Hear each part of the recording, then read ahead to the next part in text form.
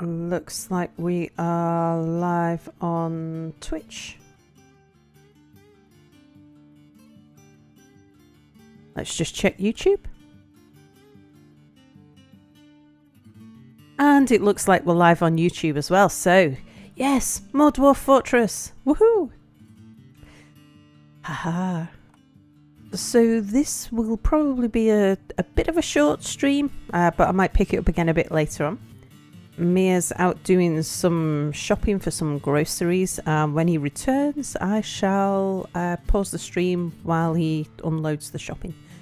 But while he's out, yeah, let's have a look. So where were we up to? Oh yeah. So we were merrily building these walls. And they're coming on quite nicely. Someone's left a step ladder there, I think. Yeah. Funny place to leave your step ladder, but there you go. Let's just have a quick run through and see how everything is. Now we did have vultures and I had this door locked while we had vultures. Let's see what wild animals we've got on the map at the moment. We don't have any vultures, so we'll open that door again. Just to make it a bit easier for them getting in and out. I think I need to open another door a bit further down for the same reason. I think it was either this one or it might have been that one. Yeah, that one. Okay. That's my corpse stockpile. Oh yeah, that's right. So we've built a corpse stockpile and we've put a little dumping ground, I believe. Let's check. Yep, so that should be our garbage dump. And down here, where we have a pile of corpses and things, I've told them to get some of this stuff dumped. Yeah, get that weird elf. I think that was a weird ass that we killed, but he was an elf by the time we got there. And that's Bob. We want Bob buried. We don't want him in the corpse stockpile. Poor Bob, he got caught outside with the by the weir ass. So let's having a quick scoot around. Let's just check and see how everything's going. You are making pigtails into seeds and thread. That's good, and I think we saw that. Yeah, lots of pigtail seeds. That's a good thing.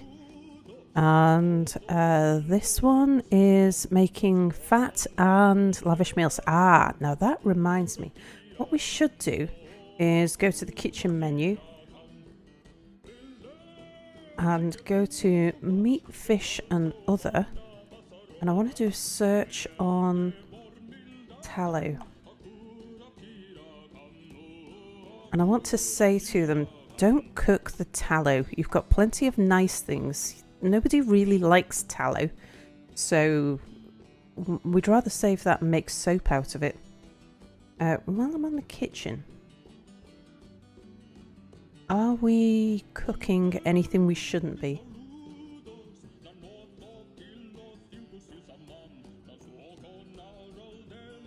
We shouldn't be cooking the plump helmets, although we've got an awful lot of them. But let's say don't cook the plump helmets. Okay, but how many lavish meals are we making at the moment?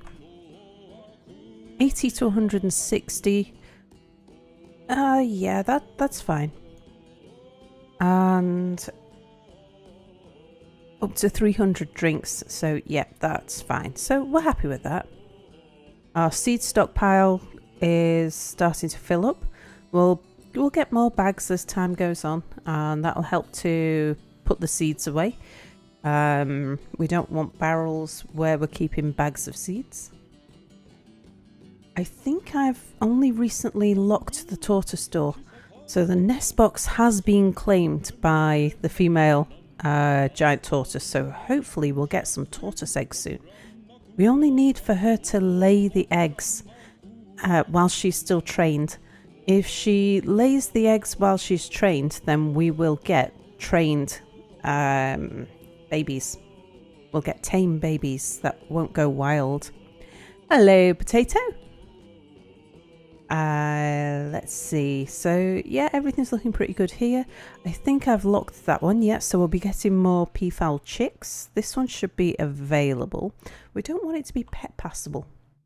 We don't want the peacocks wandering out, but yeah, the dwarves are allowed in to go collect eggs. So we have egg layers here, breeding peafowls there.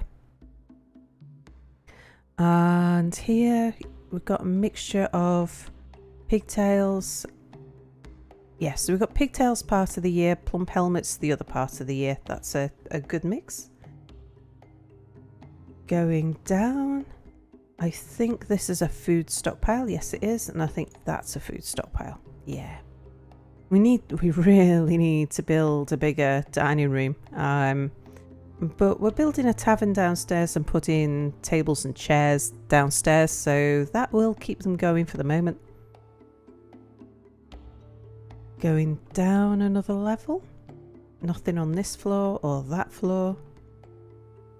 So in here we have...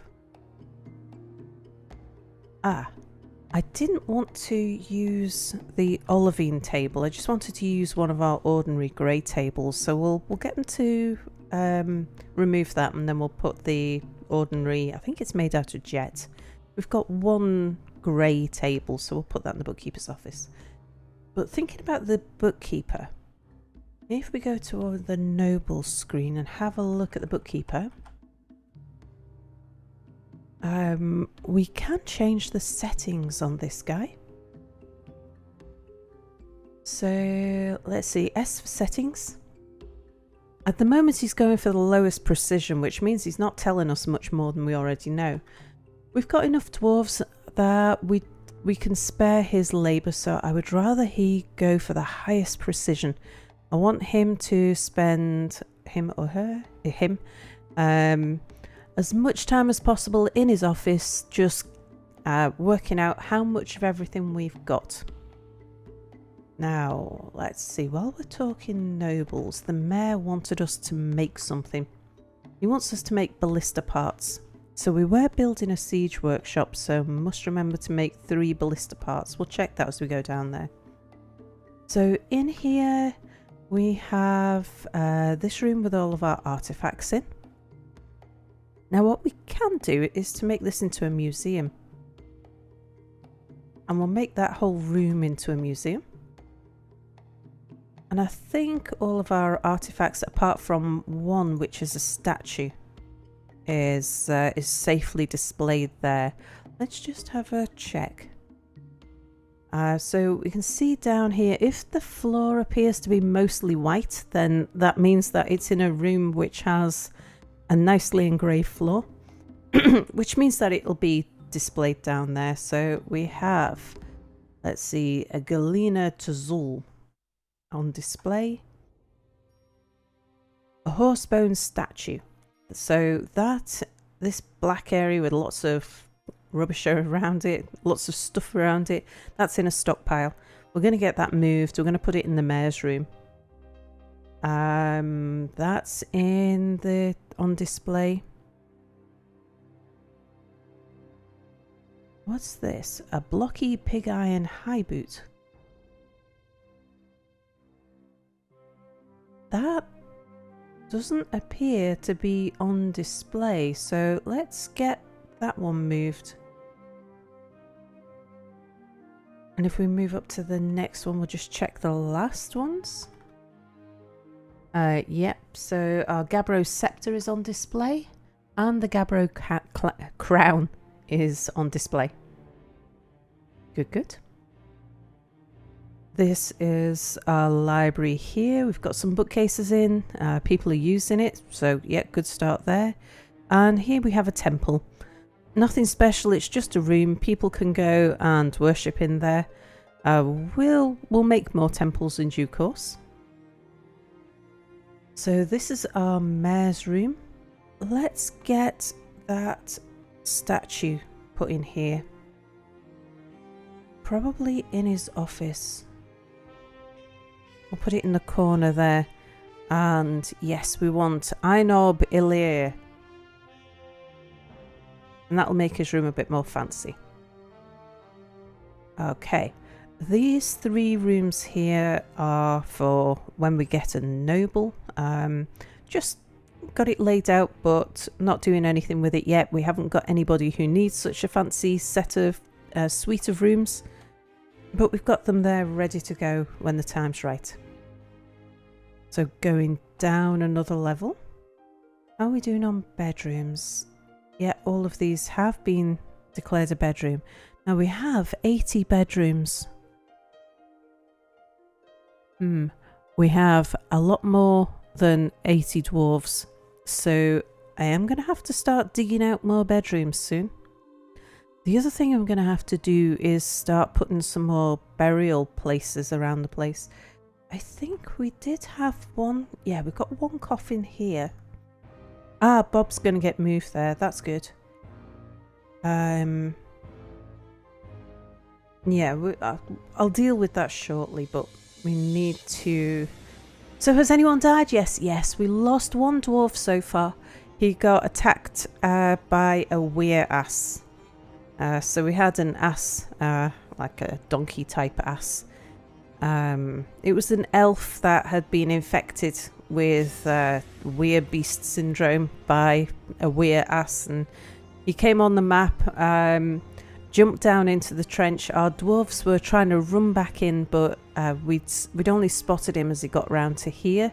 So he caught one of the last of the dwarves that was just getting to safety.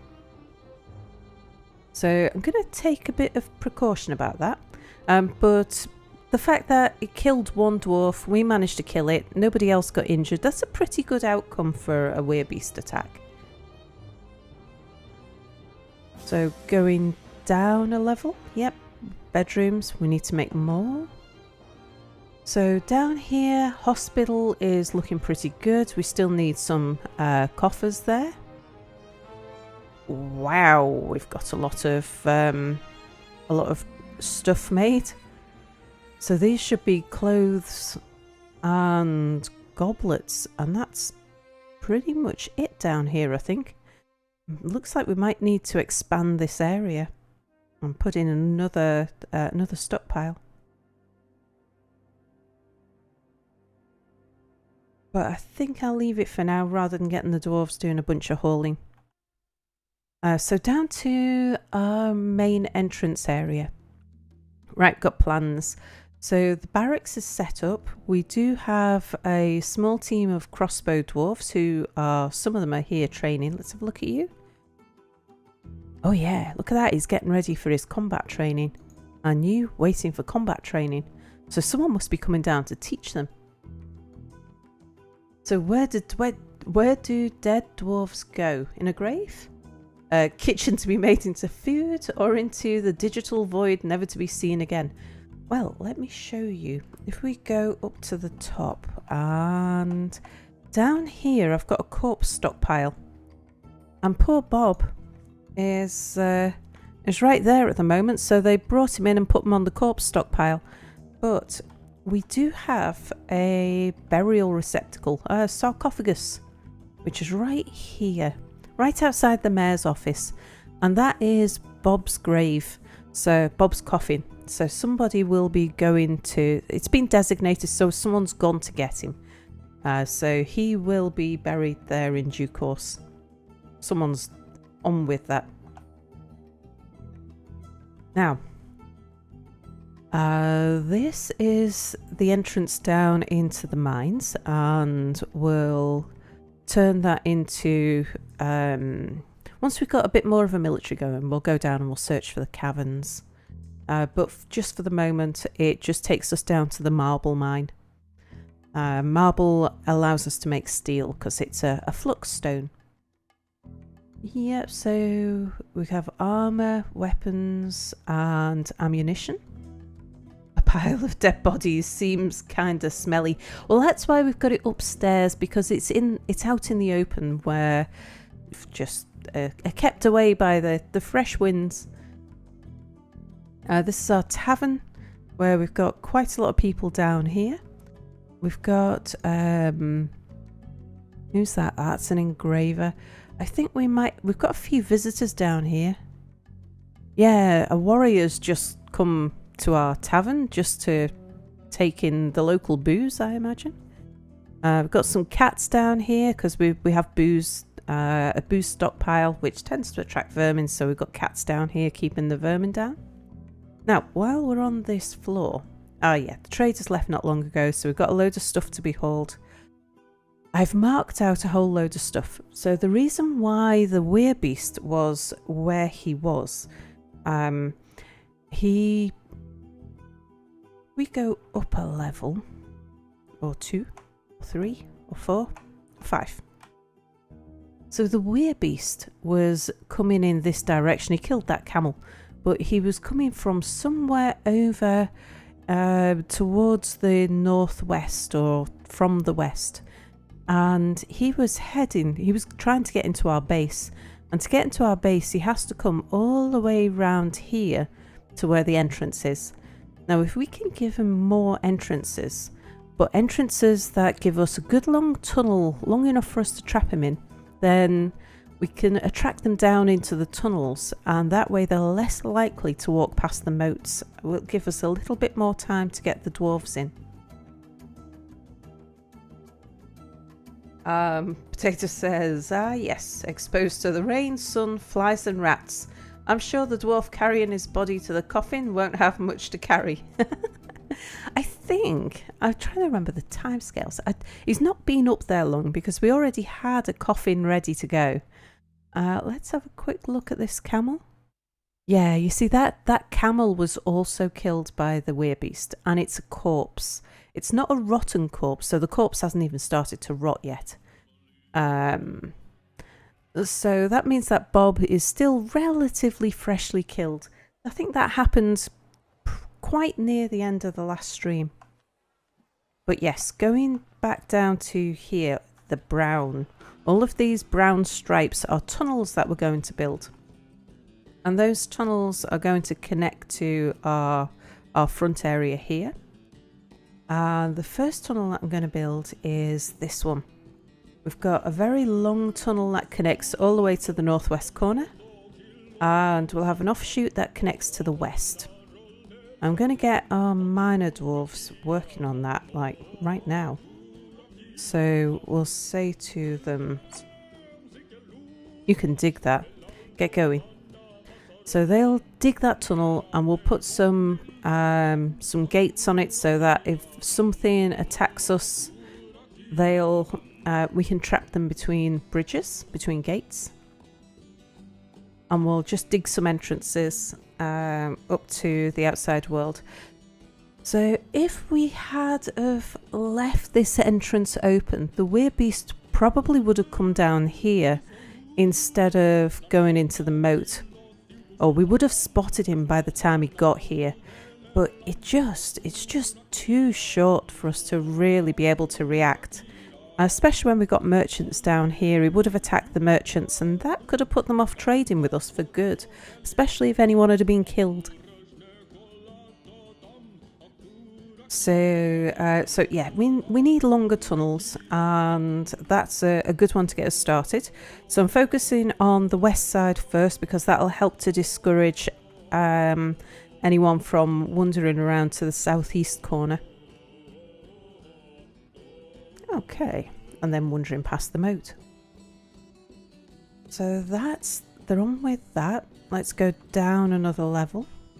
Let's just see what our workshops are up to. That's a kitten. Carpenter, beds and barrels. I don't think we need the carpenter to be making anything else at the moment. And gemsmith. Oh, that's the mechanics. Yep, we've got plenty of mechanisms in store. We've already made the traction benches, so there's nothing else we need the mechanic to be doing at the moment. Then gemsmith. Okay, so they've cut everything that they can. So let's cancel all of these and give him some instructions to make some more. So we'll add a new task and we'll tell him to cut all of the gems that we found since he was last doing stuff. Yeah, cut that. Not the rock crystal. Cut that. Green tourmaline. Red zircon. Red pyrope? Pyrope? Not entirely sure how to pronounce that. Not one I've heard of. Purple spinal. Yellow zircon. And clear garnet. Nice. Nice, that's the jewelers taken care of. Masons. He's making... Now, I think what I'm going to do is just to increase the number of chairs and tables. Because at the moment we've got 1 to 5 being made. I think I'd rather increase that now, 5 till 10. And tables...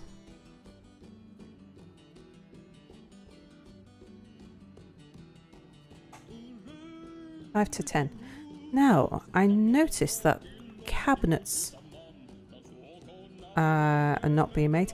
It's not cabinets we're short of, it's coffers. Yeah. Okay, let's have a look at the next mason.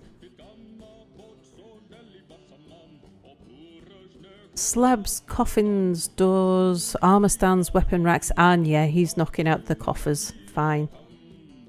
We asked him to make an awful lot of coffers. I think I've placed down about 90 coffers, so he'll be working on those for a while. We're making blocks and more blocks because we've been using a lot of blocks to make the ceiling and the walls upstairs. Our crafts dwarfs, you're not tasked with anything. We should really get you doing something useful. What about toys? How about you make some rock toys? Make it out of... got an awful lot of quartzite knocking around. So yeah, make rock toys, quartzite toys. And we'll have a lot of them. Because we'll sell most of those, but the kids will pick some up. Okay, and this craft dwarf... yeah. Oh, he's making nice toys. Okay. Nice crafts. And then this crafts dwarf is making bone bolts. Yep. That one's making totems out of any skulls that we have around the place and keeping us in pedestals and mugs. Very good, that's good. Down here, that farmer's workshop is spinning thread out of the pigtail fibres that we have. Then we have a loom, which is turning yarn, which we will get from shearing the llamas. And the pigtail thread is being made into cloth. We've got a lot of clothes being made. Yeah, because our dwarfs now, they're at the point where almost everybody's clothes have started to wear out, so everyone needs new clothes. And we've got a whole bunch of yarn clothes to be made out of the wool that we've got. So we did buy a lot of cloth and wool last time the trader was here. Meanwhile, our leathersmith is making leather armor and shields. I've just got a spare leathersmith ready for when we want to churn out a lot very quickly. Down here, you're making charcoal, and so are you. And that's to keep the smelter going. So the smelter is making smelting limonite into iron, making the iron into pig iron, and then making steel bars out of that. Then we have our metalsmith's forge. I've got a spare one. Then we've got one that's making steel armor, And one that is, we need to make steel weapons. I think I just put a couple of each in. So we've probably got a number of steel weapons. Now this is where we said, oh, Siege Workshop, yes, it's built. Okay, so what we want is ballista parts. So construct ballista parts.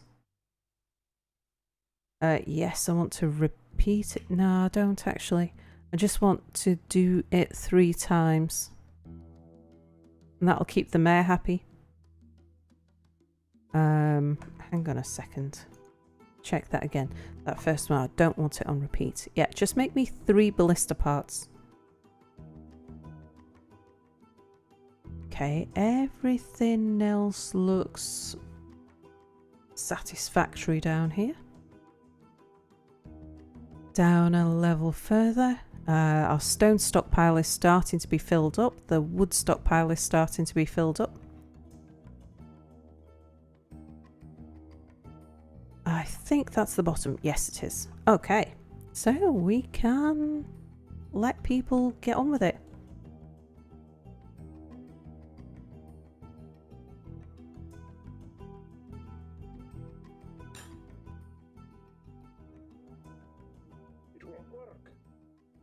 It would be sensible. What's that? Silver.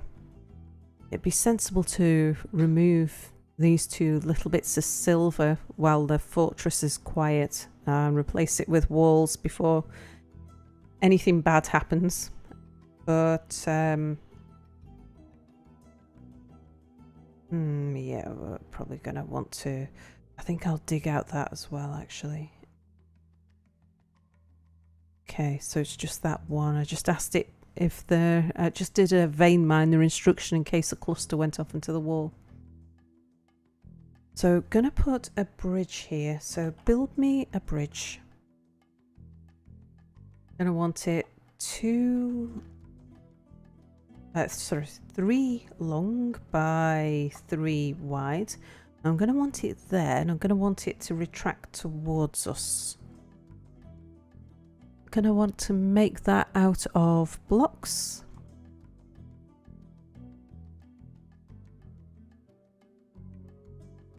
Shale blocks. There we go. Not that it's any good if we remove that block there and don't put it back.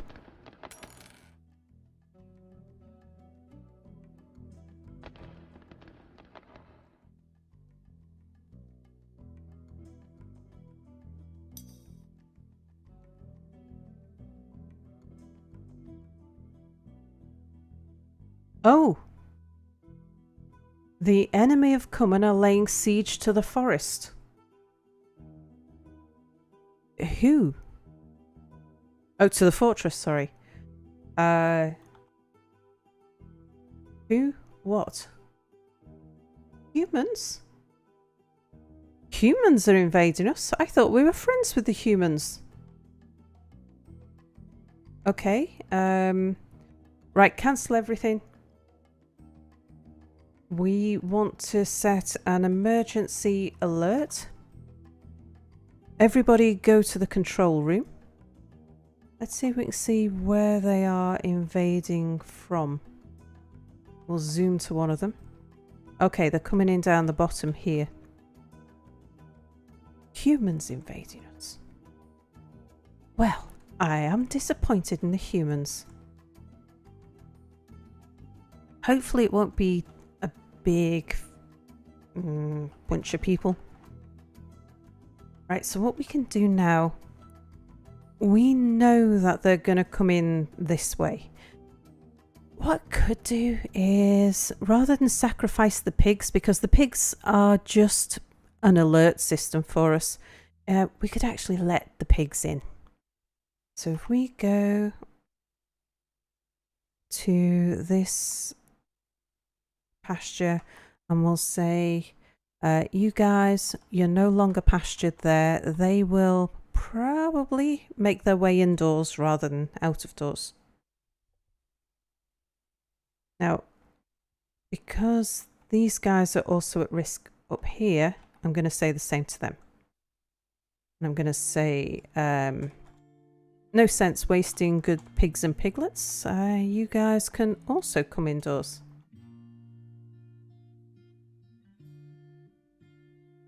And the thing I'm going to keep an eye on is who is in the moat. In the trench. Alright, we've got somebody there who is carrying a block of tetrahedrite. Just drop it and run, you fool!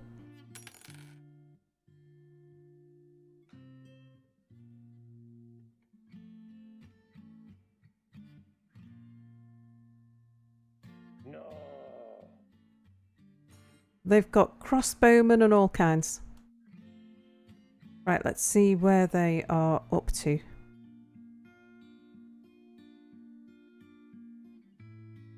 Where are you now? Are you still down the bottom of the map?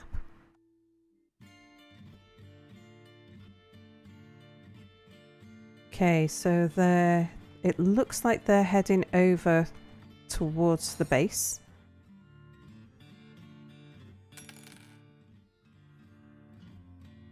Or are they just generally meandering around?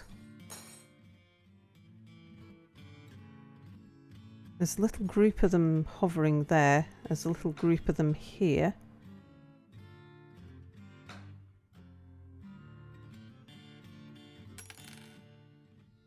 Okay.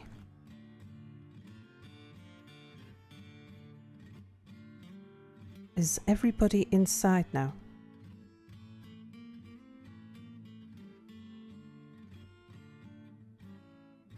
No, he's still trying to get that pair of them.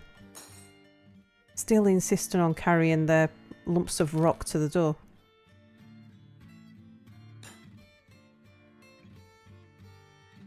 It won't work. This is how Bob got himself killed.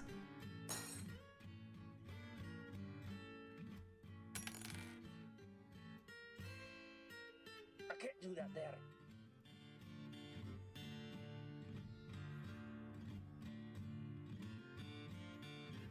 Come on. Just want to get you in so that we can... No. We can start closing things off. And then we can let most of the people... We can change the military alert so that people can carry on doing what they're supposed to be doing. Okay. We'll make that forbidden. Humans can't break through hatches, so we don't need to worry about them trying to get through any of here, so we don't actually need to raise those drawbridges. Question is, are these humans actually going to come and try and attack us, or are they just going to loiter outside? Where are you now?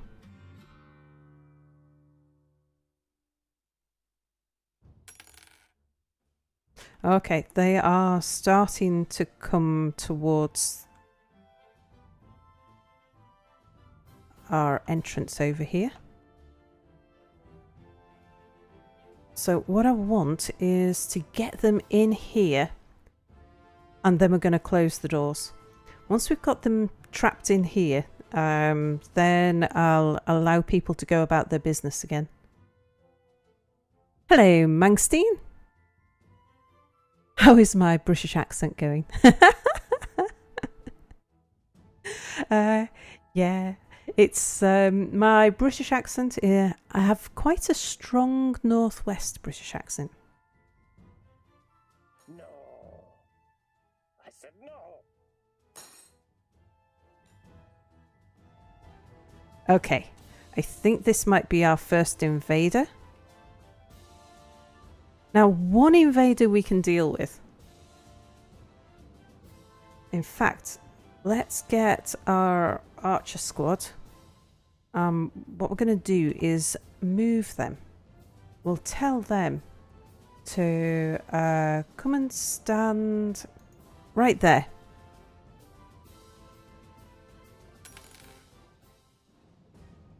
Because Does this... I think that is an invader rather than a visitor.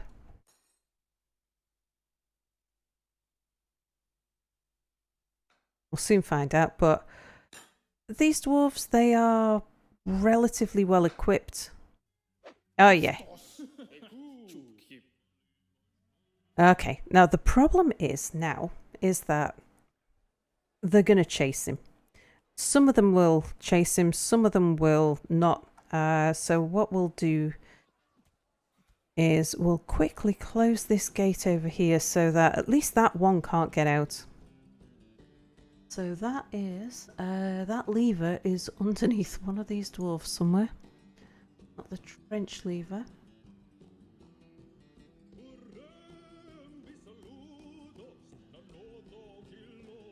Uh-oh, that lever doesn't have a name, which means I've not connected it to whatever I thought I was going to connect it to. Hang on. Is it one of these? Ah, far south. Okay. Yep. Someone pull that lever.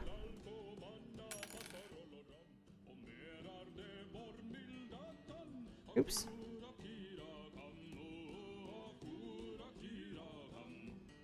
Right, are you going to run after him?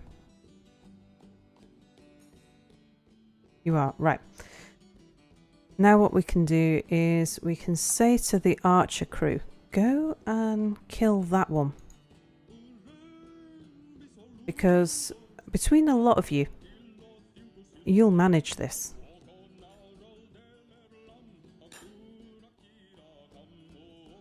Sorry, sir, I can't do it.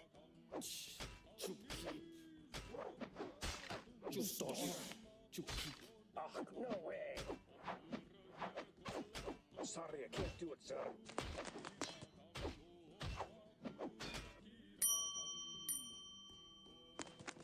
Are you still trying? Come on, there's one of him, there is lots of you. Oh no, he's actually killed one of our people.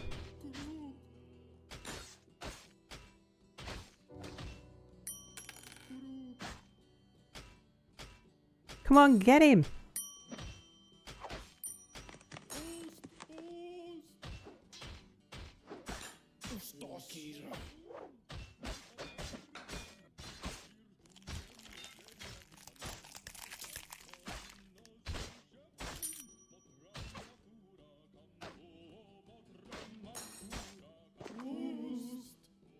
Alright, finally. So who did he kill? He killed Echo. We need to get another burial receptacle built pretty quickly. Where's a good place? Well, we've got a little square there that is already engraved. So we'll put it there. And then someone will sort out burying Echo. Right, what I'm going to do... Military alerts. I'm going to give everybody the instruction to stay indoors, but they don't have to be in the emergency area. At least not for the moment. But just one second. Mia has returned home from grocery shopping, so I'm just going to mute for a second while he brings the groceries in. One moment.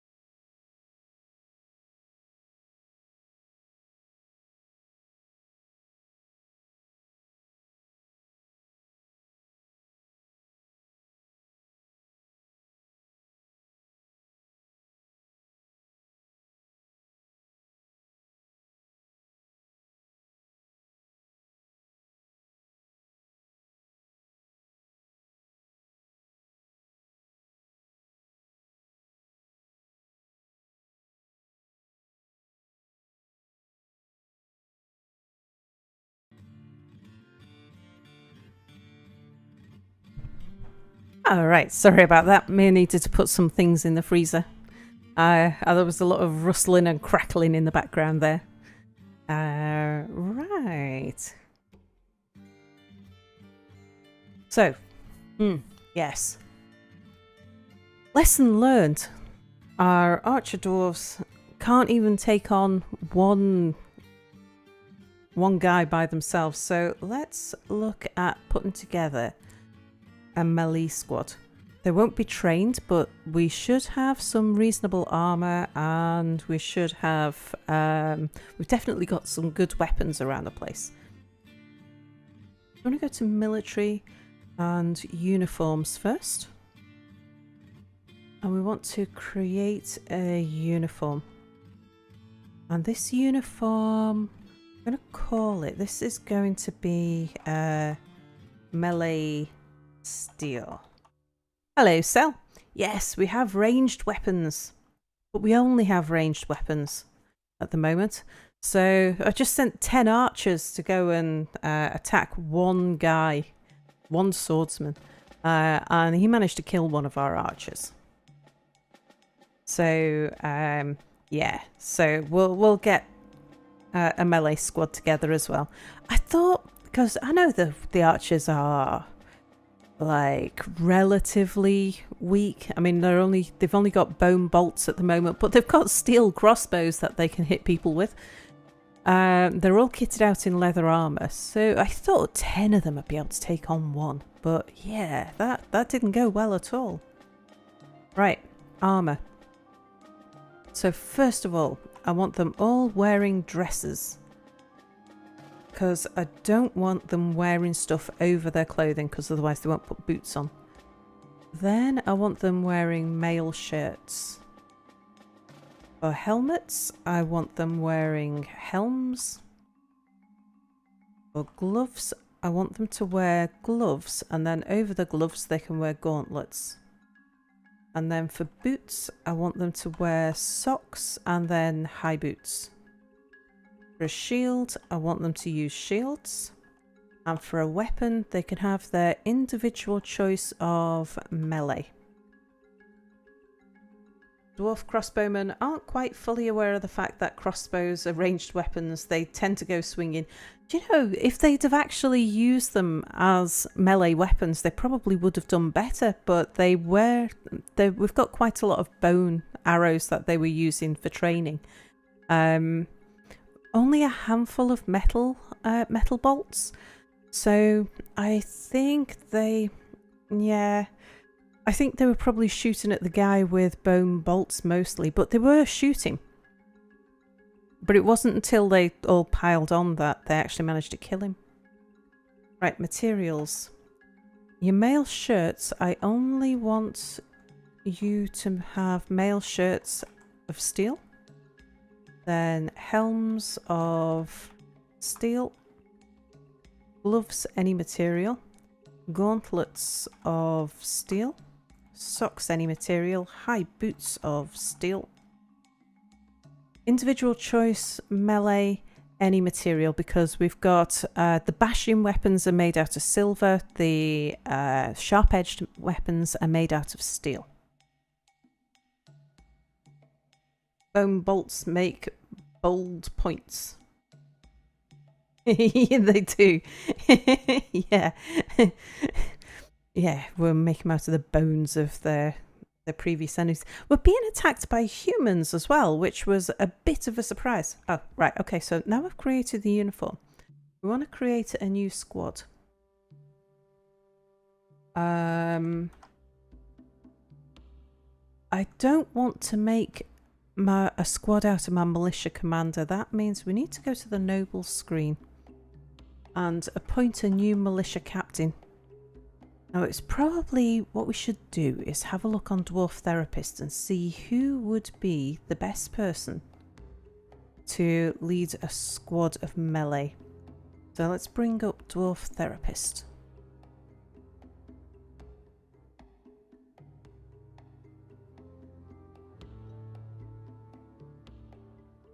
Here we go. Right, so what we're looking for is either military or military alt. Looking for anybody who has fighting skills. Actually, it would be, let's switch off the migration wave. It'd be good if they were a reasonable teacher.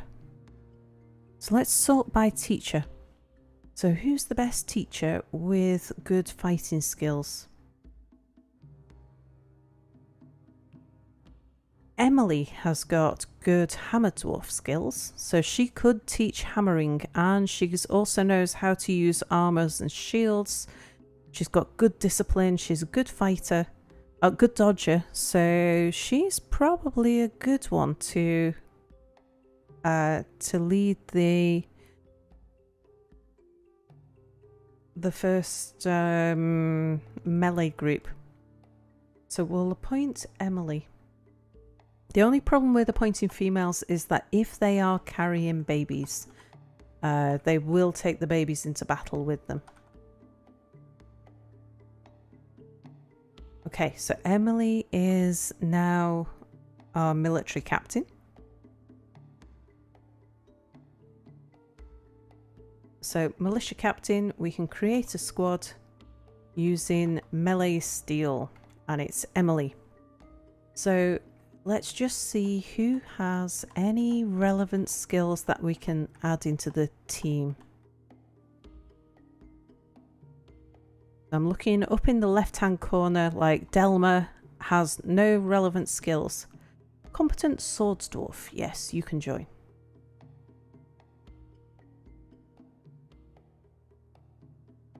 A novice wrestler, yeah, but you're in with the archers. You're probably doing some wrestling before you got yourself a crossbow. Oh, that's something I should check actually. I may have set up some archers out of people who were woodcutters. They might actually be running around with axes. Competent axe dwarf, yes. Competent mace dwarf. You're an archer.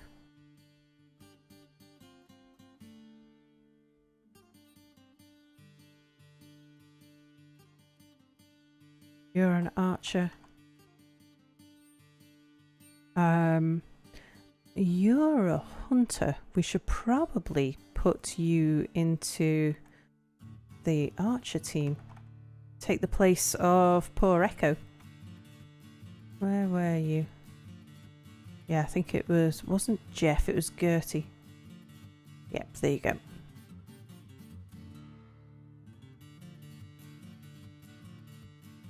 But I don't think we've got anybody else, no, with any relevant skills. So let's just pick some people.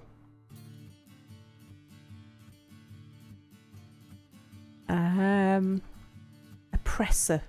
Yeah, Gola, you can go be in the army. A fisher dwarf, you can go be in the army.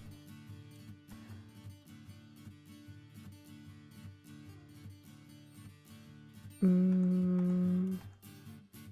peasant. Yep, peasant, got nothing better to do. You're in the army now. Fishery workers. So these people I'm picking are people who don't have particular skills. So that's why I'm starting with people whose names begin with G, because they've not been with us for very long. So they don't have particularly good skills. Let's see, someone who's an engraver. Yep, you're in the army now as well. All right. Let's just name this squad. This is going to be our fighters. Hardly a crack squad, but we'll allow them to run around and get their kit. Is Farmer Cell still alive? Yes. I don't know if you're still a farmer, however. Shall we have a look and see? So if we go by migration wave again. So Cell, what do we know about you? Put you on labours full. So what we know is that yes, you're currently harvesting plants. you're relatively okay. You're vengeful because of the existing conflict, but you've been very pleased by the fact that you've seen a fine trap recently, but a bit uneasy about seeing the dead bodies lying around. Loneliness because you've been unable to make romance for too long, and you're bored because you have not been involving you in any fighting. Bored because we've not been giving you any training in martial arts. Uneasy because nobody's required any help, so no one's needed any food or drink bringing to them. You like to help people. Annoyed after sleeping on a rough cave floor, and satisfied at work. That means you... Oh no, that's only because of the military alert we had on. You will have your own bed. But yeah, so that's you, Sel. Alright, let's just allow people to take care of things. So we've started putting bodies in the pit. That's a good idea. That's a good thing. Now, what I would like to do is to expand the indoor burrow. And let's put box select on. Oh, we want to define that one. Yeah, box select is on. And we're safe down here. The doors are all closed. So what I'd like to do is to make sure that they remove all of the bodies and things from down here. Because what we don't want is dead bodies lying around and miasma. So all of the enemies are locked outdoors. We don't need to worry about them. We do have visitors trying to come visit who will probably... Oh, this looks like someone with an injury. Are you wounded? No, you're not. You just stood there wondering what to do. Okay, people are coming and collecting stuff. I probably need to tell them to collect that corpse. Yep, we shall unforbid that corpse. If you see a curly bracket around something like that one there, that means that it's forbidden. They're not allowed to go and collect it. Let's have a look at what we've got here. So someone's coming to get Echo's corpse and his head. Oh yeah, we need to get rid of that nose. So that's the enemy's nose, because that will rot. What's this? Oh no, Ernie lost his arm. So yes, we had one dwarf who was killed, but another dwarf was quite badly injured. In that case, we probably need to take Ernie out of the archers. There he is. Okay, Ernie, you are no longer a Marks dwarf. I can't do it. I just can't.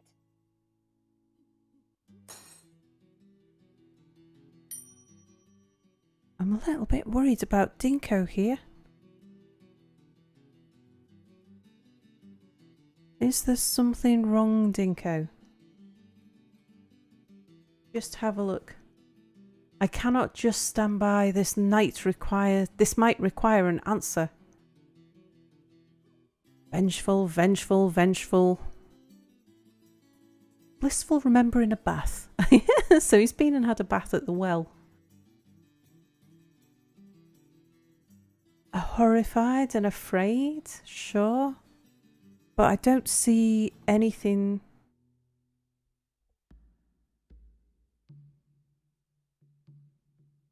He doesn't appear to be wounded, but he's not moving. What we can do, the dwarf therapist will give us the answer to this. Dinko. Let's just read it. So, Dinko. Yeah, you need recovering. You need a crutch. You can't stand up. Oh, your left knee has been smashed apart. Okay.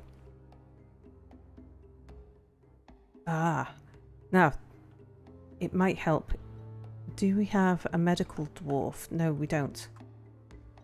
Dr. Dick. Get to it.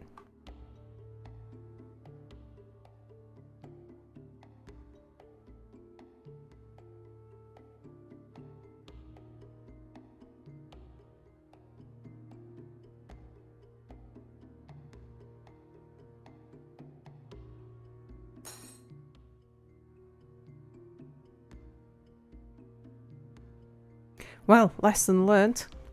I don't think I've ever sent a band of archers out to attack a melee person before. Shan't be doing that in a hurry.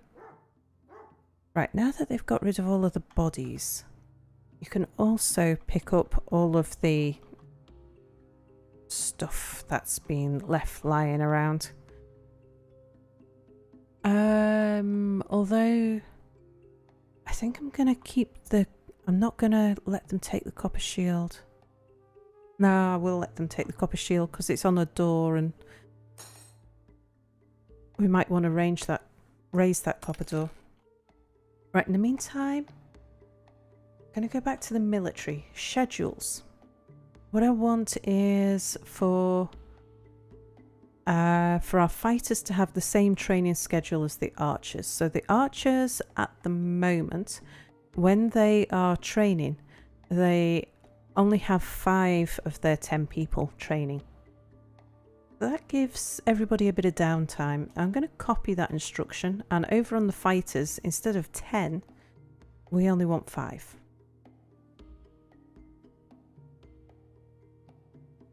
Even though they would all benefit from training, I am going to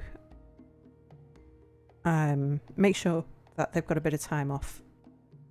And now we'll go to the squads. And we'll say, archers, yes, your schedule is active in training. Fighters, your schedule is currently inactive. Change that to active in training. Okay, so they will... Oh, yeah, but I've got to tell them that this is their barracks. So, training, and you can store your equipment there as well. So... Sir, I can't do it.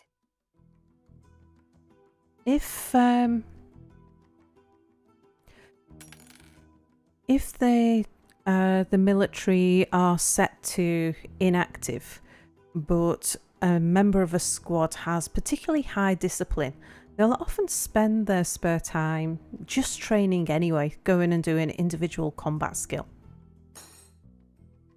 But by telling them, this is what you're doing, go do it now, they'll work on that. Somebody gonna get poor Dinko?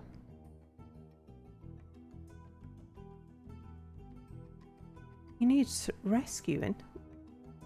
I'm pretty sure that everybody has recover wounded switched on, except a couple. They're probably kids that have grown up.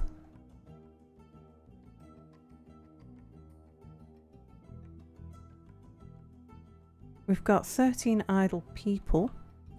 Let's just check. He is inside the burrow. So he's inside an allowable area. Oh, hang on. But is the hospital? Looks like, but let's check. Ah, okay, that's why they're not recovering him. So I need to increase this area to there. Right. So now somebody should come and collect Dinko and go and take him to hospital.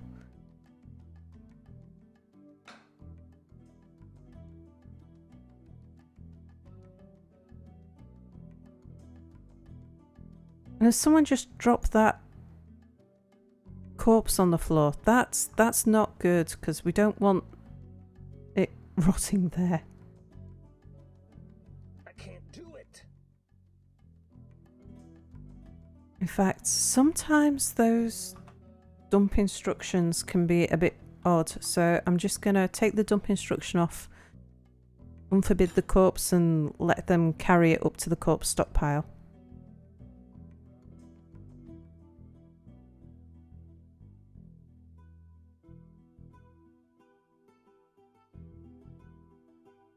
Okay, Dinko's being rescued. That's good. Now, what's gone on? Now that we have told a load of dwarves that we want them to wear a particular uniform, they will have gone and took their clothes off and gone to find new clothes, which means that we'll have an awful lot of people wandering around partly naked. Let's read that by military status. Yeah, a lot of naked people who are going and picking stuff up. So your legs are uncovered, your torso's uncovered, No. your feet are uncovered, No. and he's missing trousers.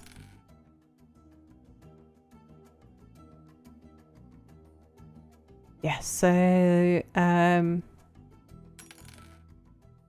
even though these people would have been wearing, like, his legs are uncovered, he's missing trousers. Well, he was wearing trousers before, but he's taken them off so that he can go and equip a pair of trousers. So they will slowly start to equip themselves properly. Oh, Emily. Oh yeah, she's the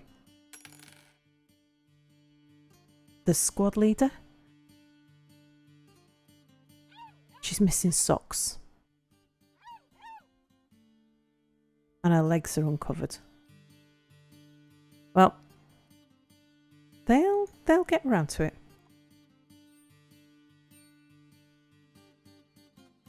Meanwhile,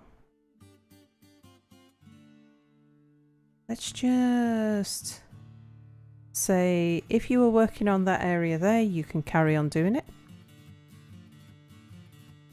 In fact, let's just include that and that. And then get that bit dug out. Because we're all locked up. Now's a good time to do it. Okay, now we want to build a wall here out of shale blocks.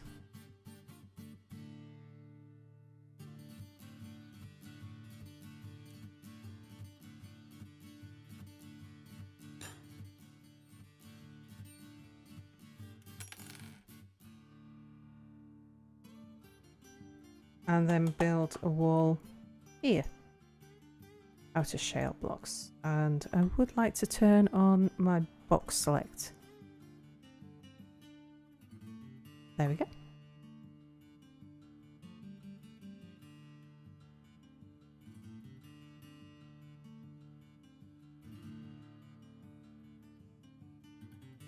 Yes, I'll do it, but no, it won't work.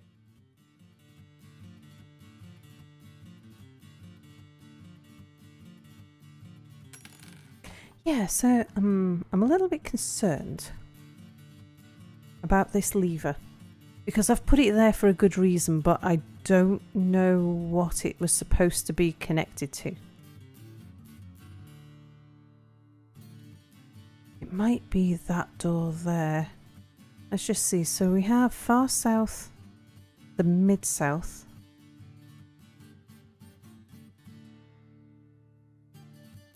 Up here we've got the trench and the bolt hole to the east, the dual doors and the front door.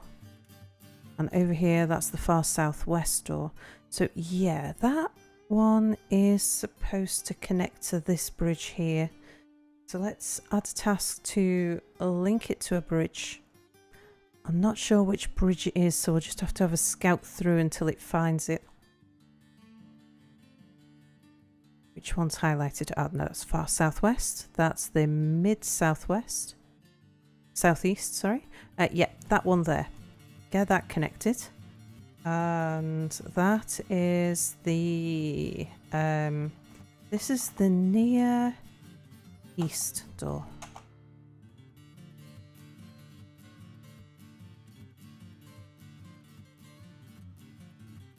Sorry, sir, I can't do it. Okay, is there something there that needs picking up? Just a pair of worn out trousers.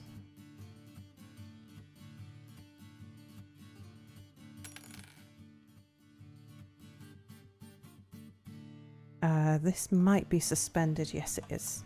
Okay, you can get on with that now.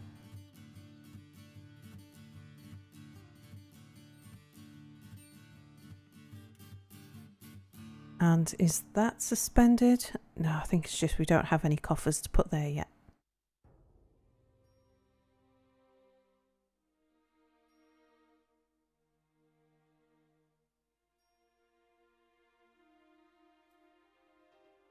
Right, how many enemies do we have on the map at the moment? There's only a handful. They're probably running around killing the wild animals at the moment. 1, 2, 3, 4, 5, 6, 7, 8, 9. All humans. I am disappointed in the humans. Let's see where they're hanging out.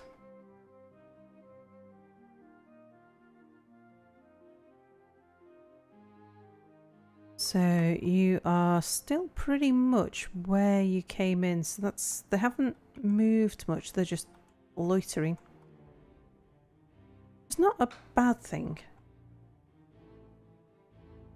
Once everybody's got their equipment and relatively confident that they're equipped and able to handle another attack, then we'll open that gate and we'll allow some more of those humans in, and hopefully this time we'll have a better experience.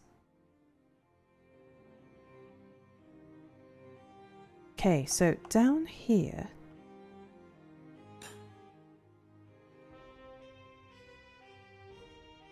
we did ask for some of these corpses to be dumped.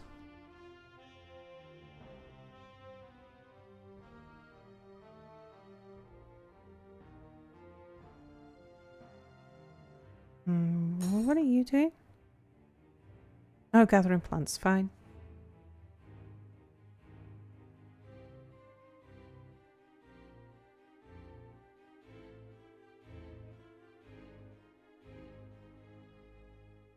Now, one other thing I wanted to know, how many of these people have got ranged weapons?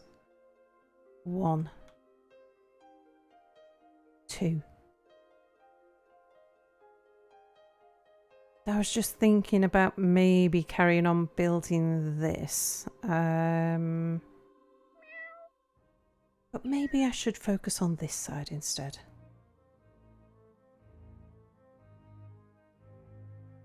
We've built the floor all the way around.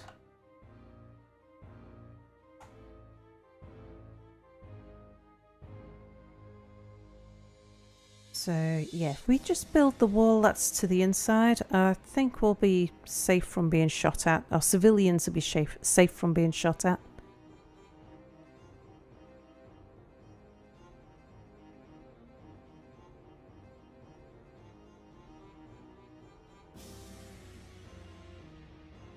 We'll just take it to there. That should be fine. Although some of them are probably going to come up this stair, but at least they won't be hanging around.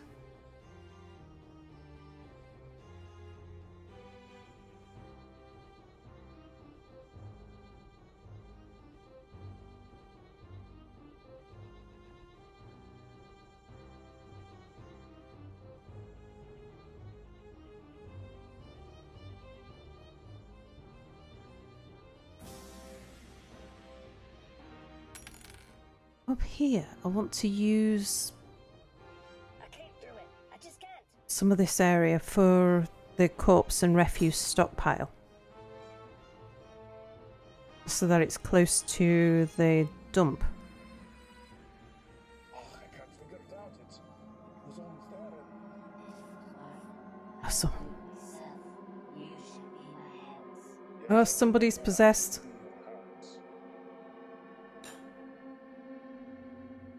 Somebody, I think I just noticed that someone had thrown a rock down the corpse. A dwarf has claimed a workshop. Okay, alright, we'll just pay attention to you and make sure you've got all the things you need.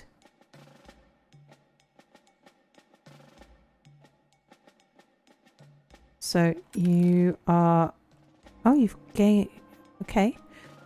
Stone, bones, lots of bones. Stone, tree, bones, stone, bones. And that's lots of bones. Okay, so we just need some bones for them. What animals have we got we can butcher?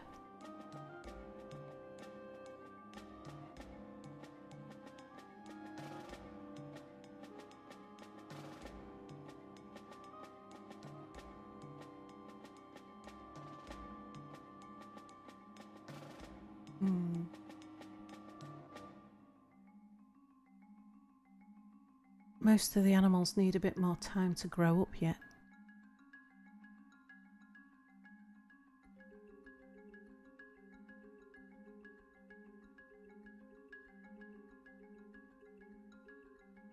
I think we're probably going to have to take out a cat. Let's just check the pigs. So how many boars have we got? Oh no, we've got quite a few boars.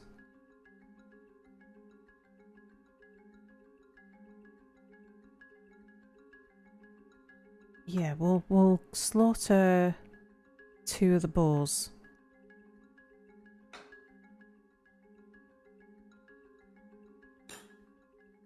Probably need to check on the surface and just make sure that it is within the allowable zone.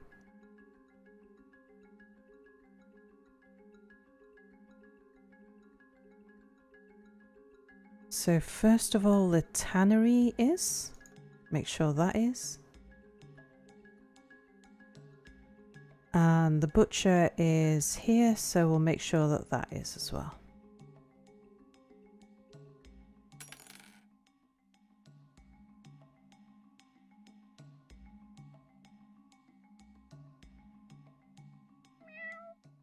Yeah, someone's gonna throw some shale and gneiss into the dump pit.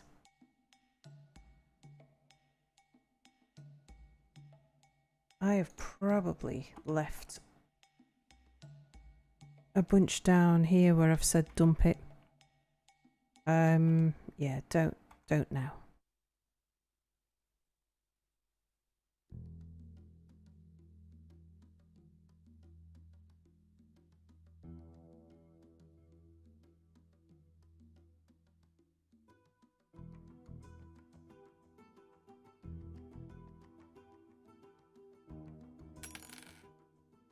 I probably need to... Is the corpse stockpile indoors? Yes, it is. Is the dumping stockpile indoors? No, it's not. Okay, so indoors can also include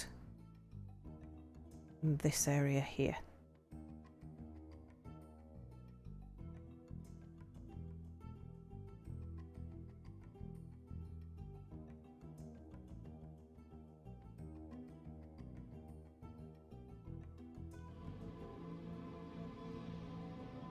Okay, mysterious construction is underway. Now we can just wait this siege out, but I'd much rather deal with it. Let's have a look and see how people are getting on with becoming equipped. Still lots of people missing equipment.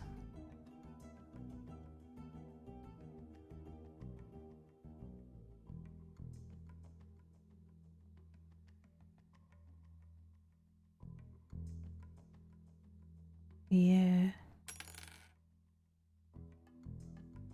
Oh, and of course the steel workers will be struggling to make steel because...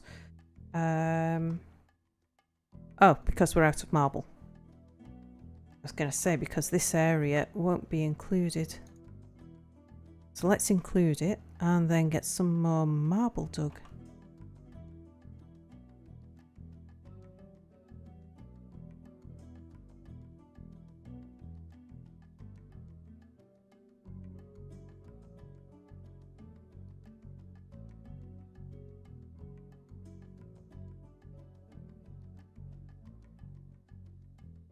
I certainly don't want to be sending them into battle wearing nothing on their feet or without gloves or trousers.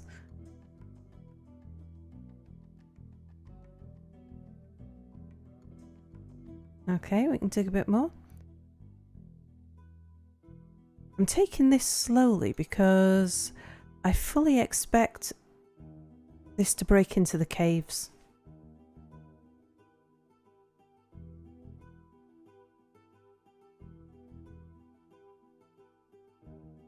Florence has created a wooden floodgate. Well done, Florence. That will go straight into the museum, along with the other essential items that have been created. I'll actually need her to put it in a stockpile first.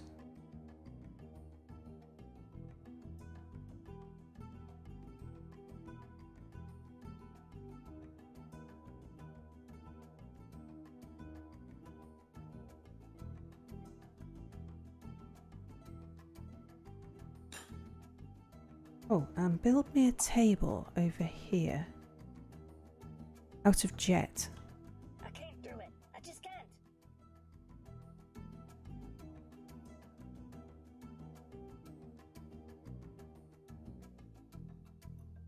Alright, and build me some more ceiling. Pretty sure that this is within... Someone's dropped silver down the corpse dump hole.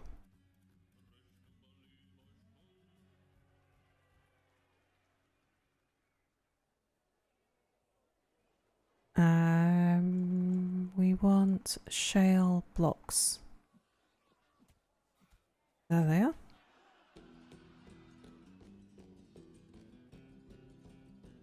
We haven't got quite enough, so let's tell them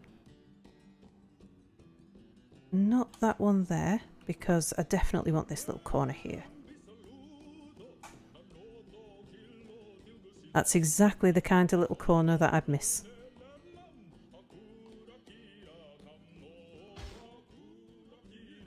Combat, who's combating? Scholar is fighting... I presume one of the human invaders?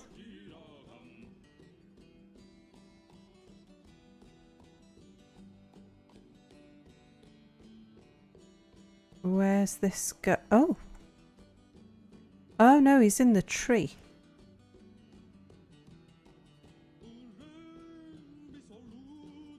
He might have been climbing up in the tree to try and jump out.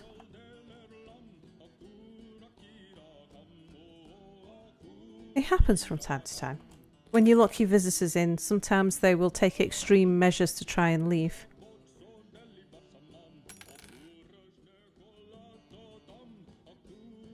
No. I said no.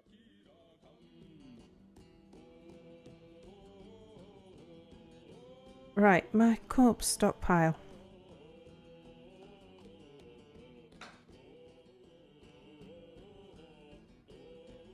I am going to pull that lever and I'm going to allow access to that door.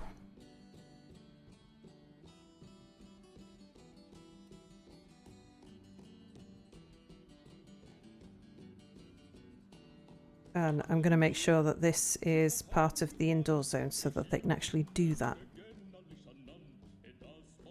Let's extend this out a bit.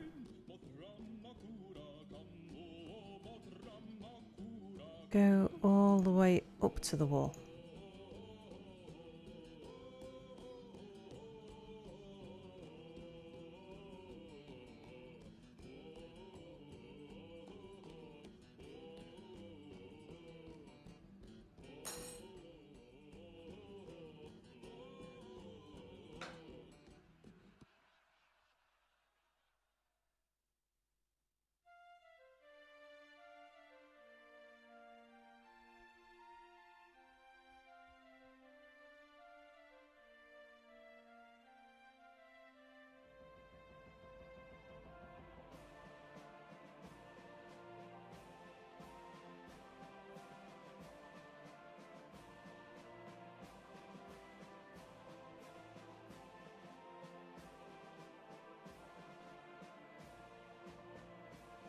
Okay, and did we...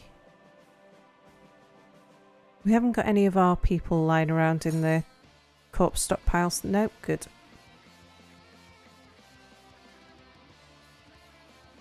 What we should be doing while the military is busy equipping and getting themselves trained is preparing some more burial areas. I think I'll do it in the bedrooms. So if we dig along to there,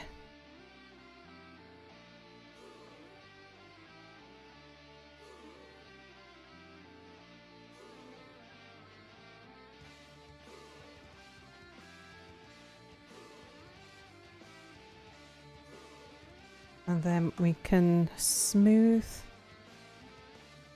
that area. We'll smooth up to there. Sir, I hate saying no to you, but no.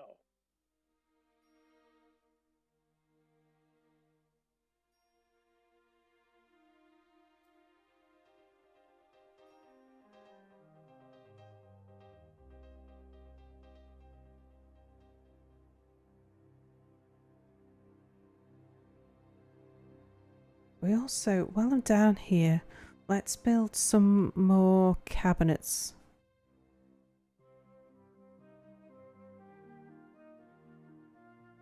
So these are cabinets rather than coffers, and they keep their clothes in cabinets. They keep their personal possessions in coffers and clothes in cabinets.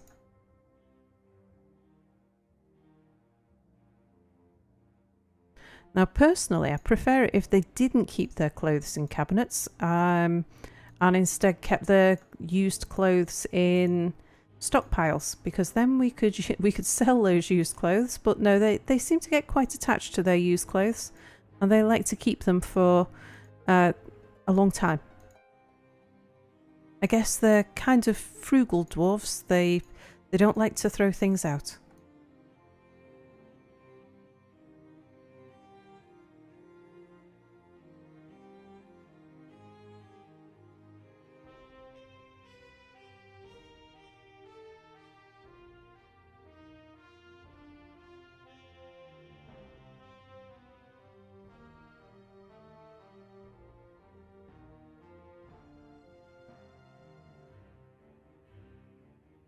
There we go.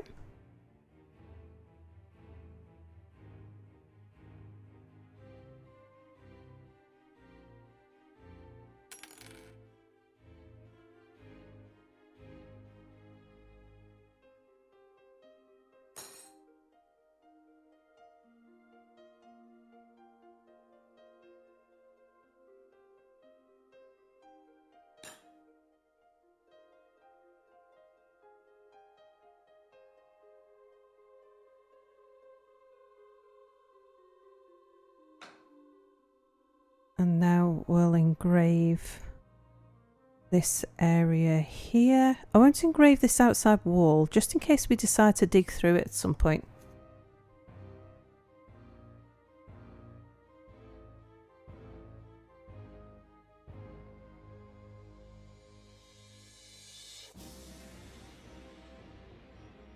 But I like to get the areas where we're going to put the coffins. I like to engrave them before we put the coffins down.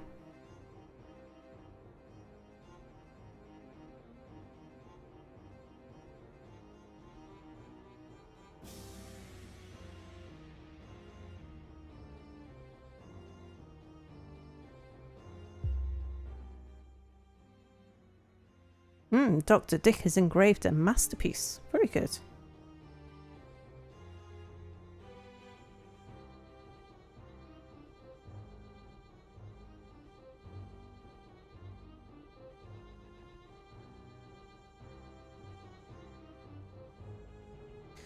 Okay, so now let's get some burial receptacles down here. Yeah, actually, any old coffins will do.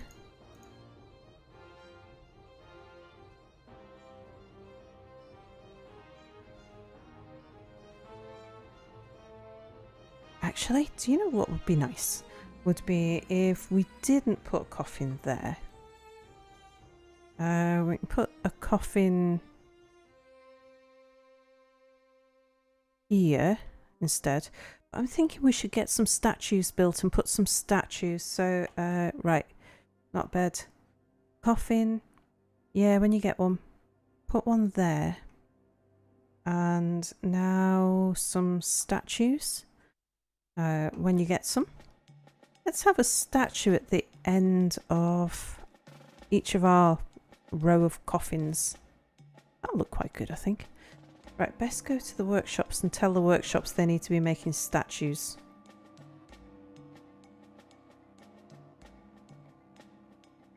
I think it's the mason who... No, you're on cabinets. You're going to be on cabinets for a long time. Coffers, you'll be through that pretty soon. The others are on blocks and they'll be on that for a long time. So let's put statues here. Rock statues. Now, what block shall we make the statues out of?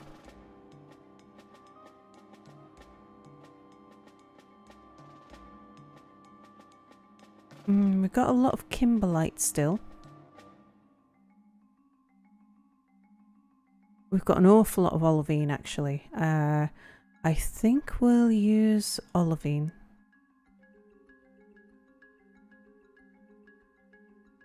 Okay, and we want to keep some olivine. Yeah, 5 to 10 statues will be fine.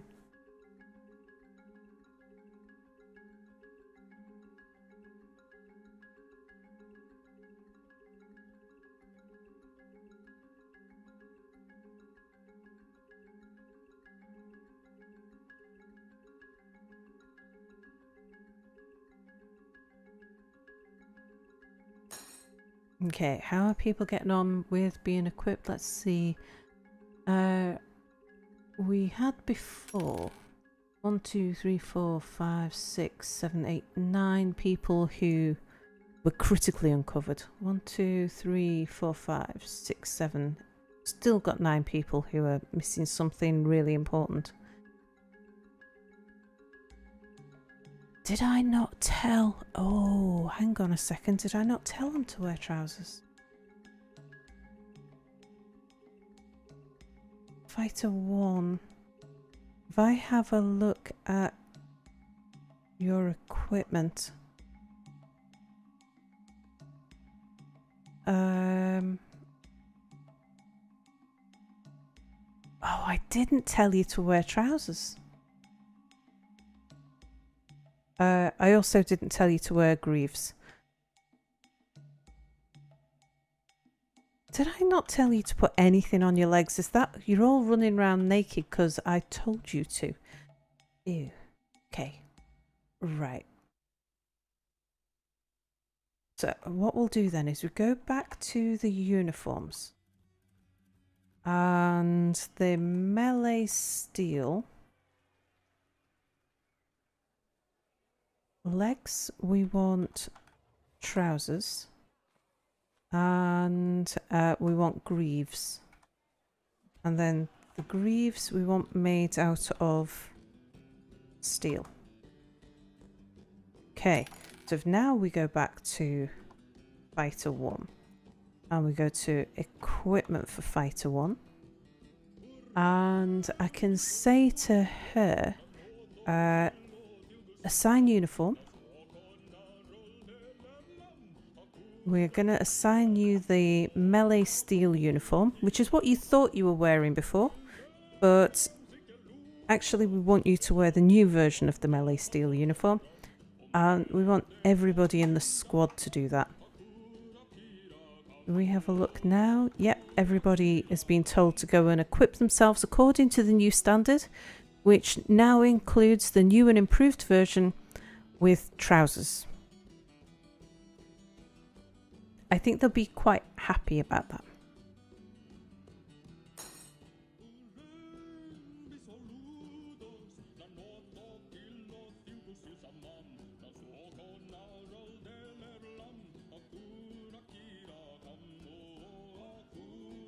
Now what's all of this rock that's lying around the place? Quartzite.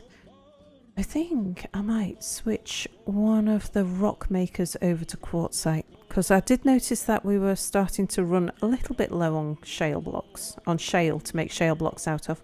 Probably just because we've closed the door and they can't access. Let's see what's in the trench actually. I'd like to get, the faster we can get the trench cleared of rock, the sooner people will stop running out there doing foolish things. Shale. Oh, it's just, we have got a lot of shale, it's just all outside.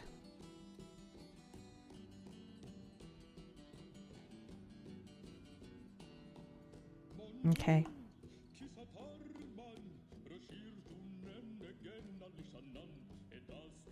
Right, how are we doing with the wall up here?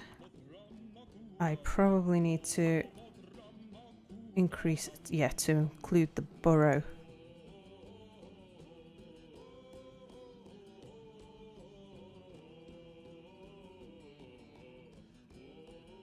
Some people should probably start coming and working on that now. We have a tortoise up here. Why do we have a tortoise? That's not our tortoise, is it? No, our tortoise is still down here.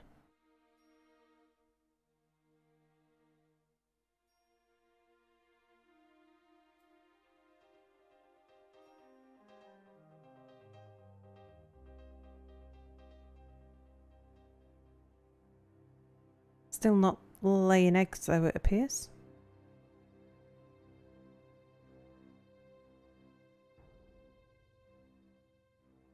No.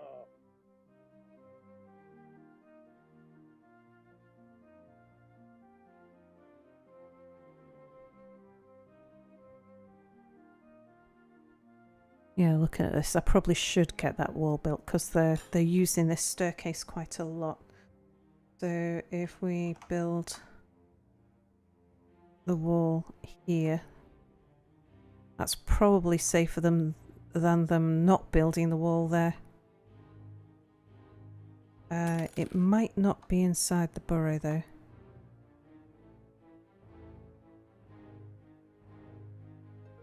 I can't do that there.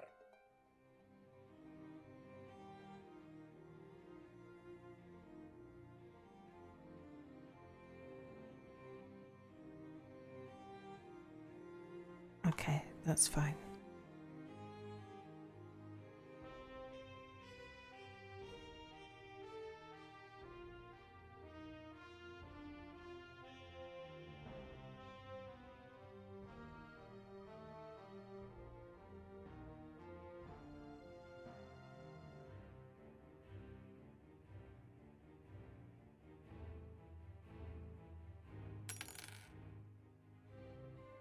Yeah, the only thing I'm just a little nervous of is if there's any human crossbowmen anywhere around here.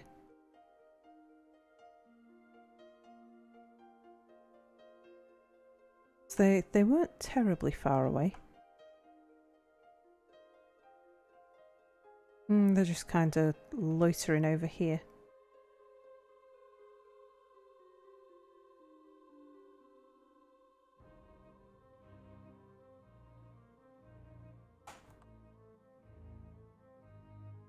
Okay.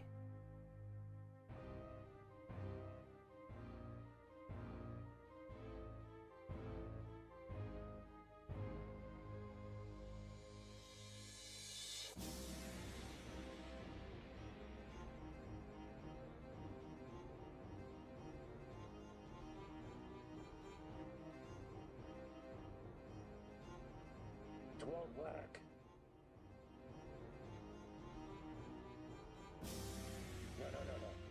No. Sorry, sir, I can't do it.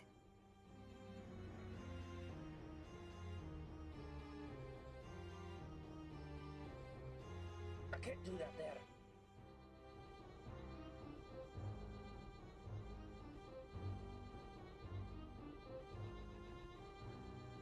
Right, I think what I'll do while things are just ticking over let's get the digger dwarves back working over here. Because it's perfectly safe for them to do so. All I need to do is tell them that they can carry on working up here.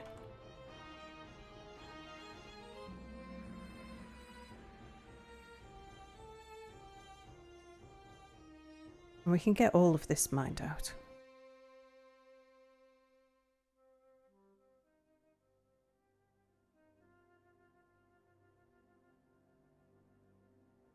Probably even get the bridges built. Okay, so I am going to need to start putting levers in place for this. And I would like to map it out. So I kind of need to know how many levers am I going to put up here.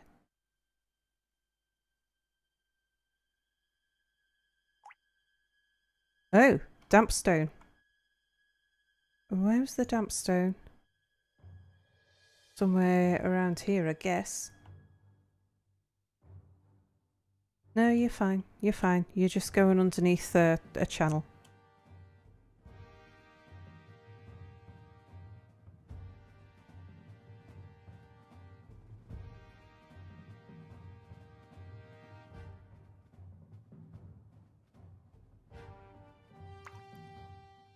When it's fine. You can dig it.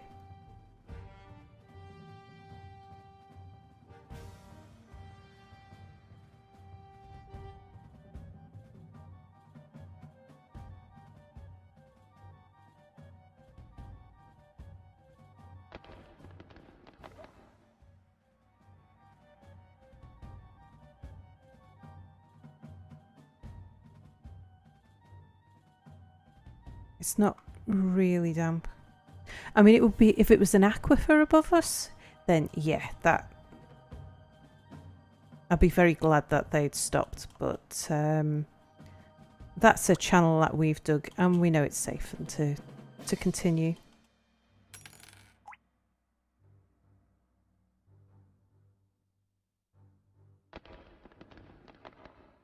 Okay, so please remove that one and that one. I think is right. Yeah, because the caravan couldn't get through that gap, so yes, it does need to come down one.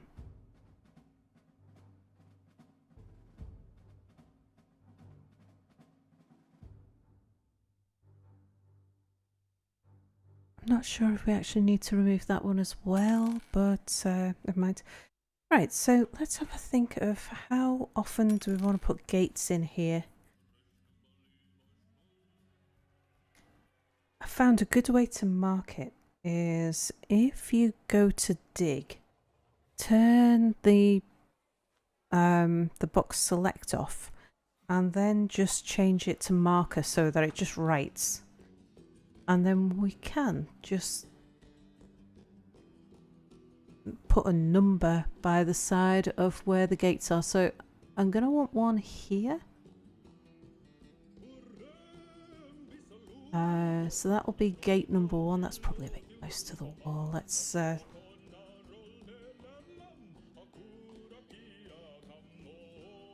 then gate number 2 we'll have maybe here.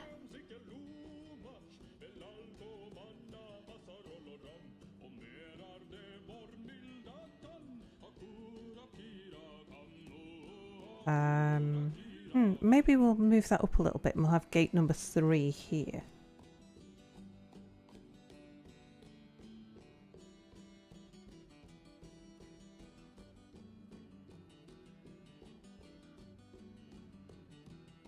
Yeah, we'll just move this up a touch.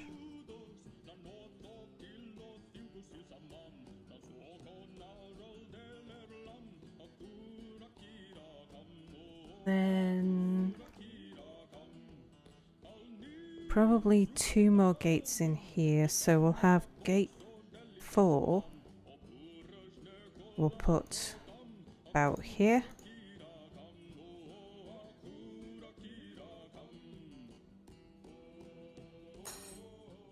see, I think the far gate is just off the top there, so we'll have gate 5 about here.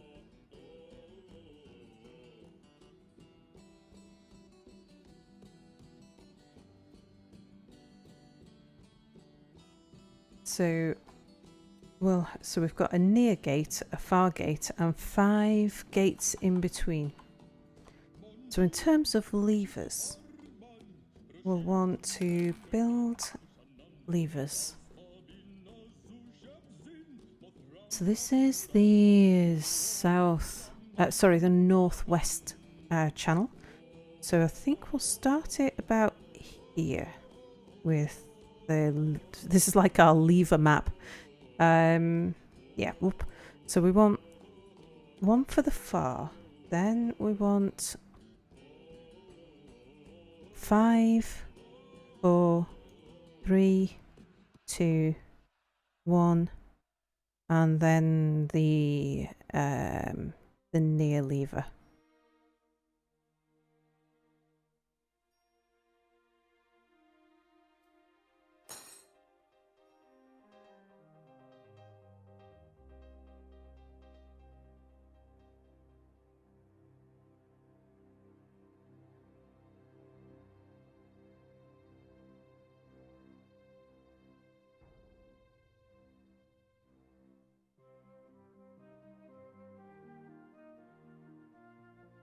No.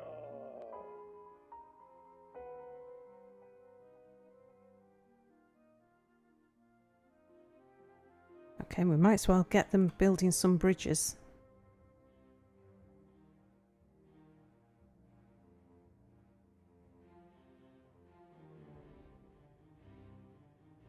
So we'll have a bridge here.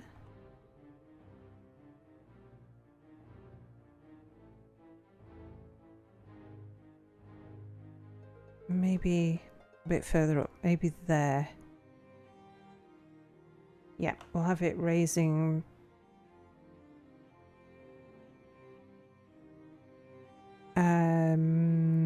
Shall we raise it towards us? That would squash things against the wall rather than flinging them.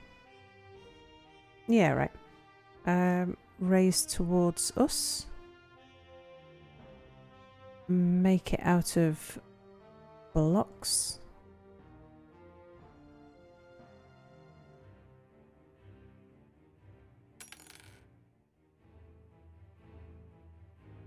Now build me another bridge up here.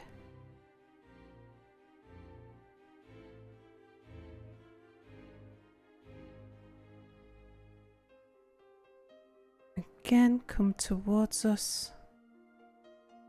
And yeah, I think we'll have it there. That'll be fine.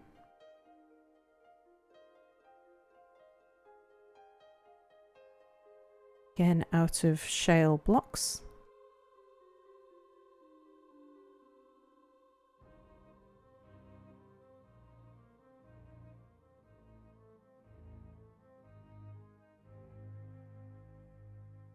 Definitely got some left, I must have just gone past them. Oh, there they are.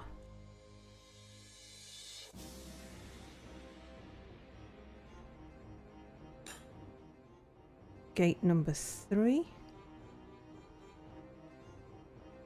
goes here.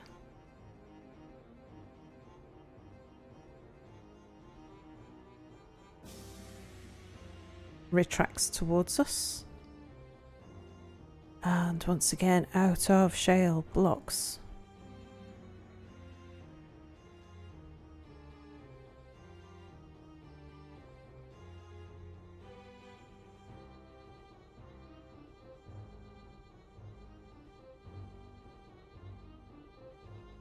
Then bridge number 4.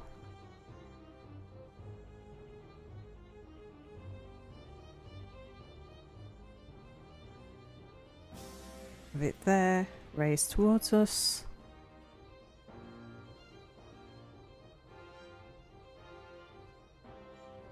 Shale blocks.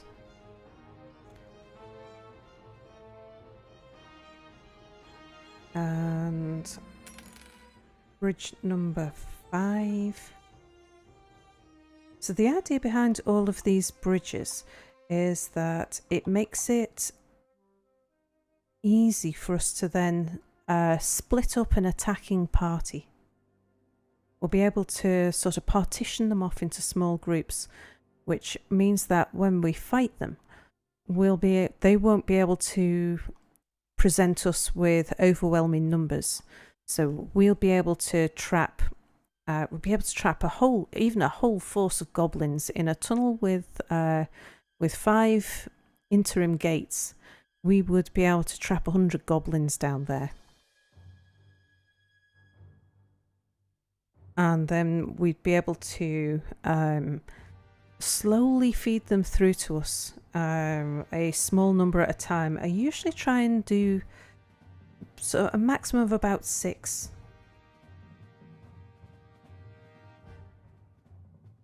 Okay. Another bridge. So this will be the last of the bridges. And this is the bridge that we close to keep the enemy inside of the tunnels once they've got in there.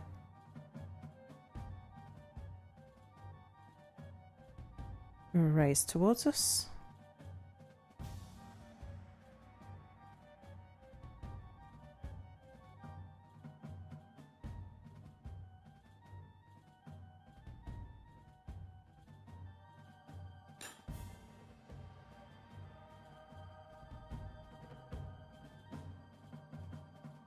Okay, we'll let people get on with building that. How many of these levers have they built? So this one is... We've got the bridge ready for this one, so we'll link that to... Might be the last bridge, yes it was. And that's going to be the... This is the near northwest.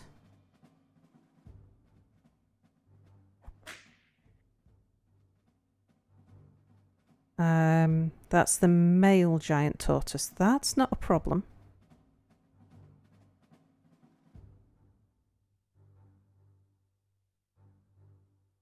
Okay, is all of this... I think I need to make some of this indoors.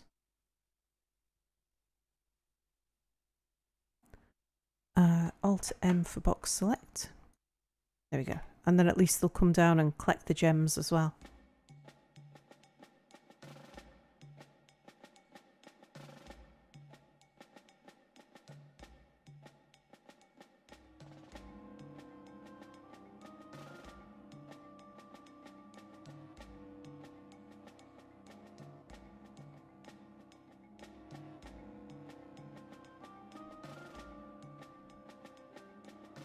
Hey, Beefush, welcome to the stream.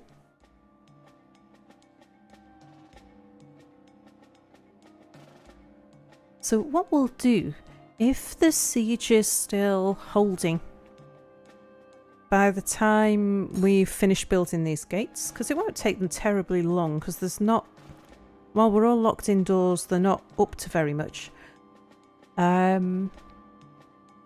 What I'll do is, while the base is all locked down, it's a really good time to get the dwarves to be building the ramps down into here, because I can build them a staircase to the surface, but as long as there is a way that they can get across the surface to the last piece of staircase, they will run through the woods. When I would far more... it'd be far preferable if they just used the tunnel that I've built for them. Oh, so something said not enough nest boxes. What have we had? I was kind of hoping we would have had tortoises, but no, we've had more peacocks.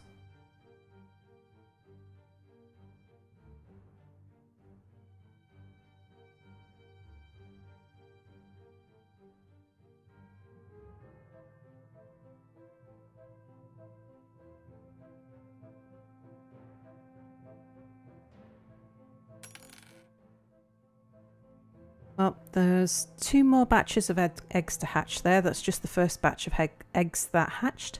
So as soon as the other 2 batches of eggs hatch, we'll move all of the baby peacocks out of there. And I'll probably allow the dwarves to access the eggs for a little while because we don't want to be swarmed with peacocks.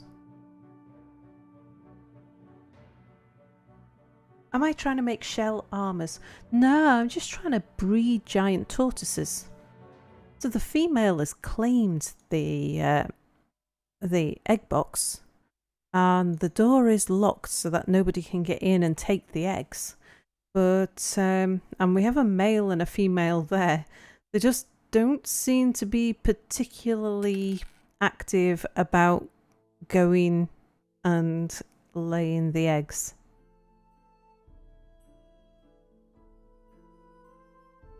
I don't think they've actually moved since we took them out of the cages.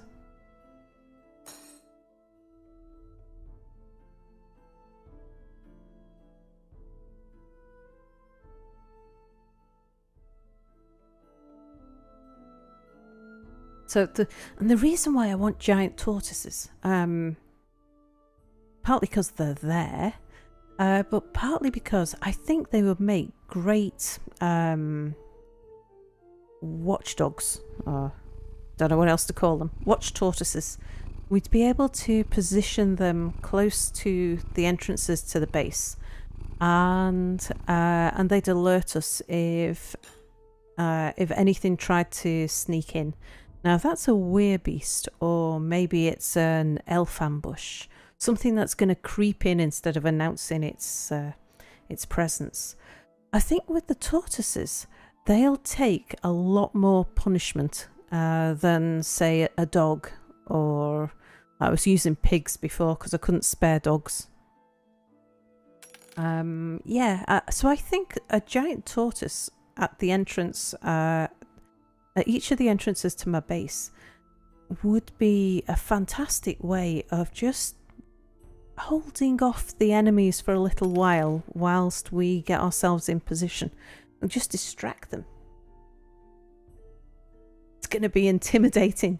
Yeah. Well, it's a shame you can't train them for war because they're so well armoured. I mean, they can be killed within a few strokes. If someone's hitting them with a steel battle axe, it'll only take a couple of strikes to do so. But even that's a lot. That's twice as long as a dog.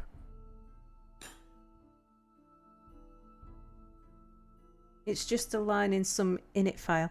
Yeah, they are. Well, by default, they're breedable. Oh, to make them war trainable. Yeah, I suppose I could change it. I mean, I've got everything set to vanilla other than these sort of standard DF hack settings.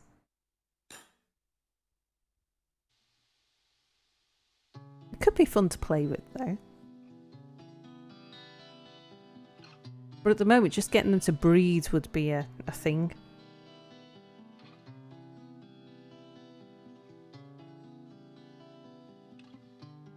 No, I can't do it.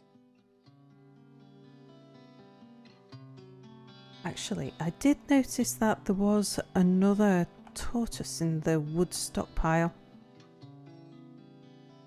No, I can't do it. I wonder if it's still there, whether adding another tortoise... Oh yeah, there it is.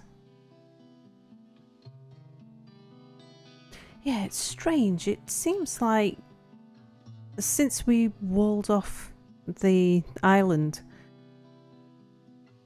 the tortoises seem to stop moving. They don't seem to be wandering around anymore. They're just stationary. How are you looking? Yeah, you got no wounds. Is it a female?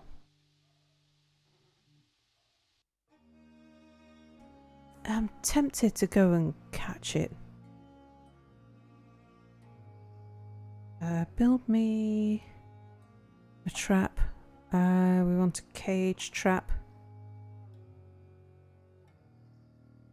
Am I too high up in the air?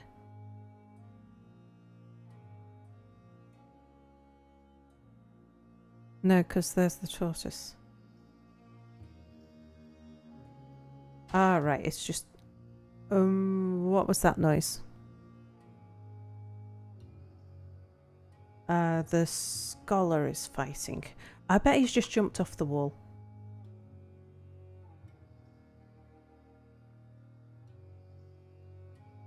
Yeah, he's just taken full force because we've got visitors who are locked inside the base. They try and jump out in the hope of finding another way out of the base.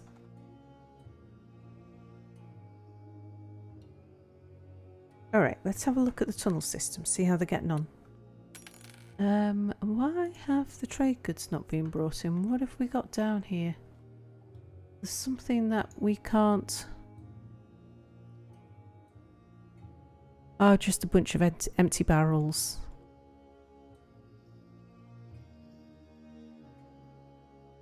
Yeah, no, that's fine. We just probably haven't got room for them in the furniture stockpile. Okay, 1, 2, 3, 4, 5. Oh yeah, look at that. All the gates are built. Let's just get them all connected up. So I want you to link to not that one. 5, 4, 3, 2. You're going to be gate number 1. So you're going to be mid northwest 1. Okay.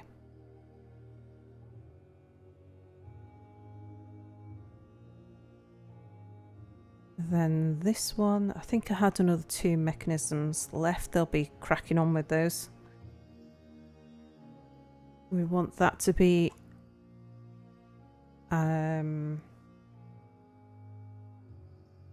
mid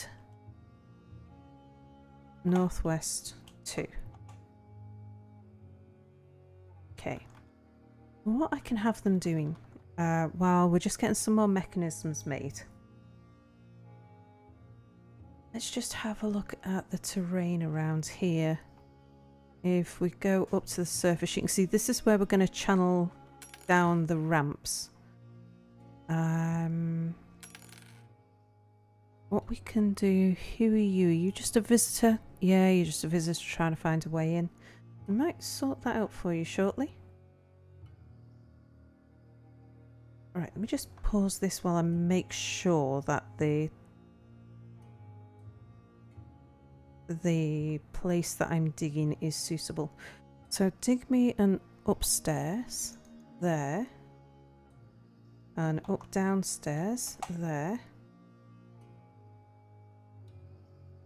and then a downstairs here.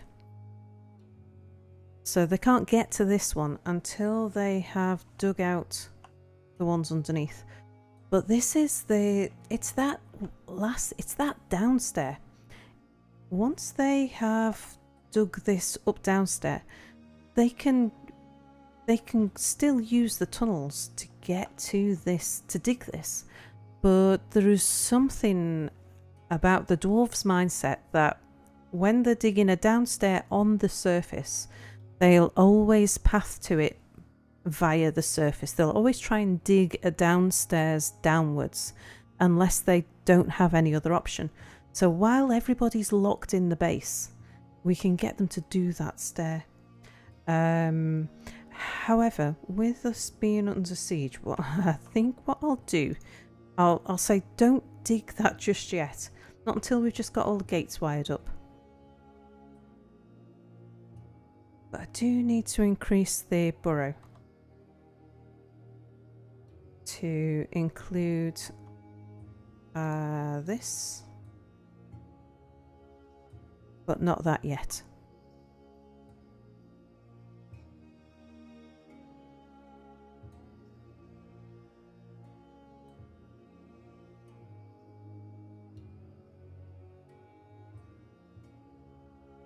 Okay, so we're just waiting on mechanisms. and they'll be churning those out. Rhinoceros is fighting probably that human crossbowman. Let's have a look. Yep, crossbowman is shooting at a rhinoceros. Fine. Waste your bows on him instead of us. Okay, so we did 1, 2. Okay, so now let's attach that to bridge 3. I don't have enough mechanisms yet. Okay. I should just check and make sure that in the workshop that there's nothing holding us up. Yeah, it's fine. Just in case I'd instructed it to make it out of a rock which they could only get outside.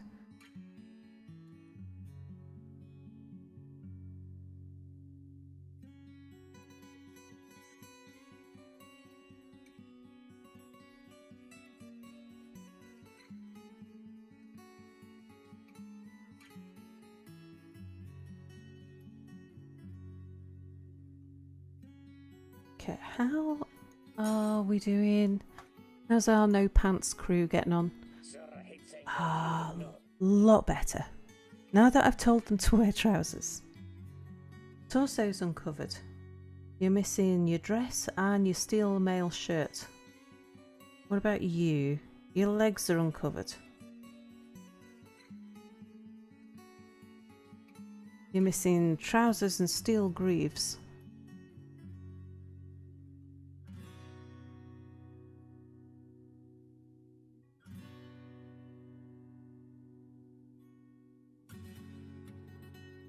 Oh, go and get some.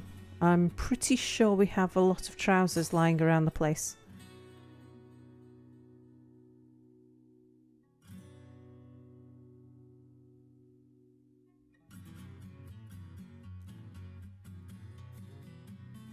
While we wait for mechanisms, it'd probably be a good idea to spend a little bit of time increasing the bedroom count.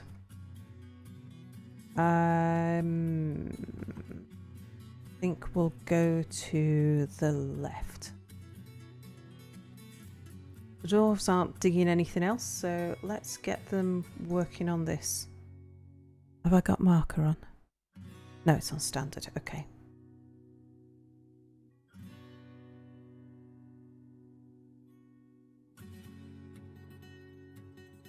Yeah, we'll get them to finish this bit of the floor and to start digging out some more bedrooms, because we're just a touch short.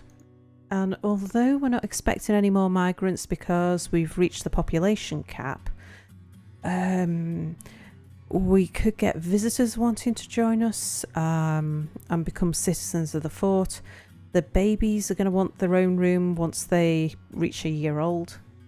So yeah, it's about time we did some preparation. Also start getting, like, connecting up this side now as well.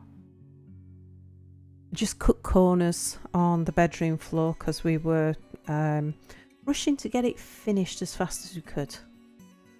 So I want that to come out to there. And then there, and then down here. 1, 2, 3, 4, 5. And then this side of the corridor as well. And that'll give us up to 90 bedrooms. So if I do this twice, we will have enough bedrooms for all of the dwarfs that we've got, and bearing in mind that some of them are married, that'll leave us with a few empty bedrooms. So that'll be fine.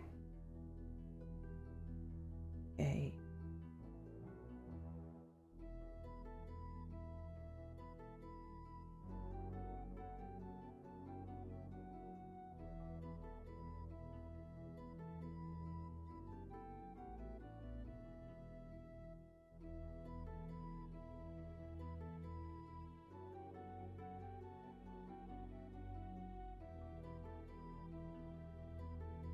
Now miners will get through this in no time because they are, although there's only 4 of them, I think they're all level 20 miners now. They're all legendary miners.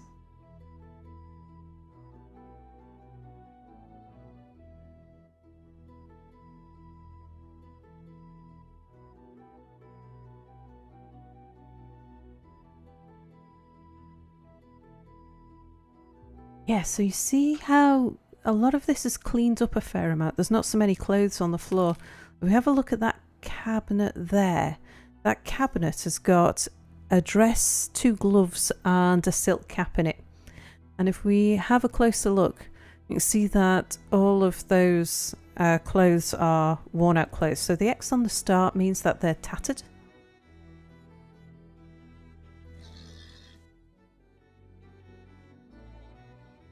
Yes, I'll do it, but no, it won't work.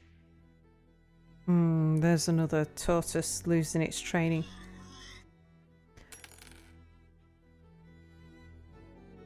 I think what I'll do...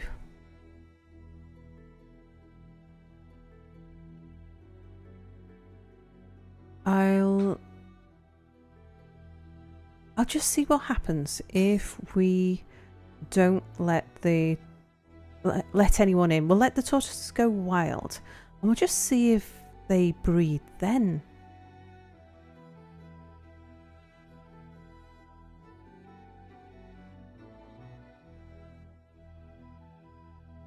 But yeah, it's just feeling a bit kind of, well, a little bit broken that the tortoises are sat there not moving.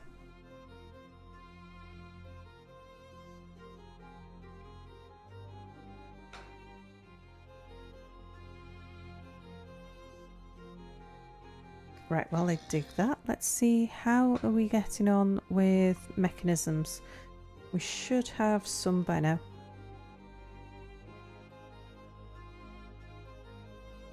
I think it's gate 3, isn't it? So you link to bridge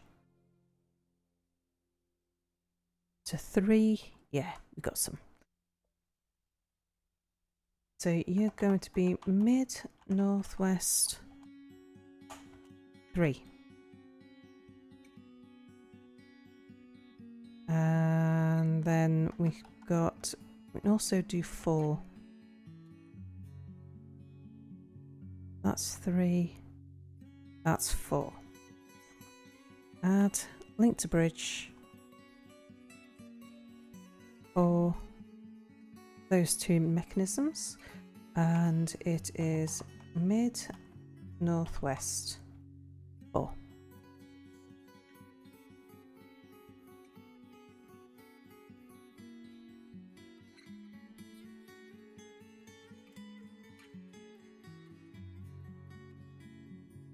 Why have we got blood in the water? Oh, it's just on the staircase. Okay. Yeah, someone's taken a bath and... It won't work. washed some blood off. That was... Alex suffered from a bit of an accident when we were kind of... yeah, a little bit incautious with the mining, I'm afraid. Does no one want to bring that in? Okay. It's alright. I don't actually want you using that anyway.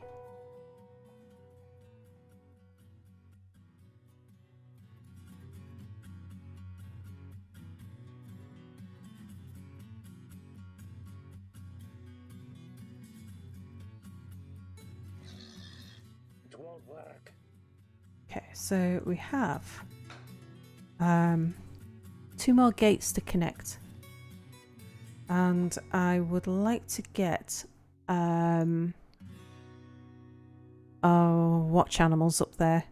So I think we'll put some pigs up there because they're the animals that we seem to have a surplus of at the moment. And we also have a bunch that are not pastured. So sow, sow and boar. take them up there.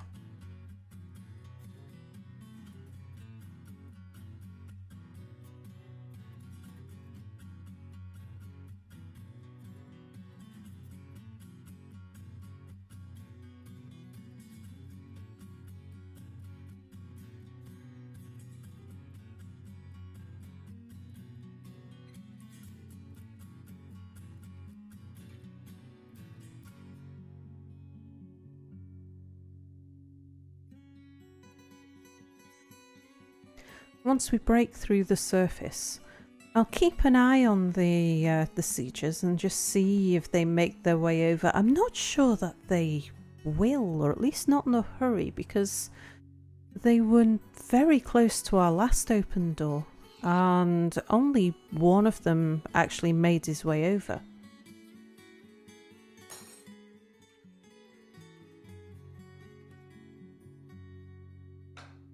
But we'll see how we go. But I think what I'm going to do, been streaming for 2 hours. Mia has been out shopping and brought a load of groceries. He's going to make a meal tonight. So I think what we'll do, we'll just finish this exit or entrance over here, and then I'll probably call the stream to an end. I might be back later on tonight though. I'm conscious that the last update from Bay 12 was that the next update is a big update and it looks absolutely fascinating. And it's due in the next some days. So it's relatively imminent. The next few days, absolutely. Are you excited? Is it an update that sounds like it's up your street? It's totally up my street. I love the idea of the intrigue and the espionage. Hell yeah. Absolutely. Yeah, that's the bit that's getting me. It's the the intrigue, the espionage, the rework of the justice system, the how to get information out of people to find out who your infiltrators are, who your traitors are. I think that's going to put a whole new dynamic on it. I'm also looking forward to the priests and sermons bit. The idea that priests will be able to, or that we'll be able to have priests. So the temple won't just be a room that, pretty it up a little bit and put some musical instruments in there, put a performer in there. But at the moment, it doesn't really do much more than give them an empty room and they're fine. I think I like the idea of being able to have priests and those priests being able to console the unhappy dwarves. I think that's a brilliant idea.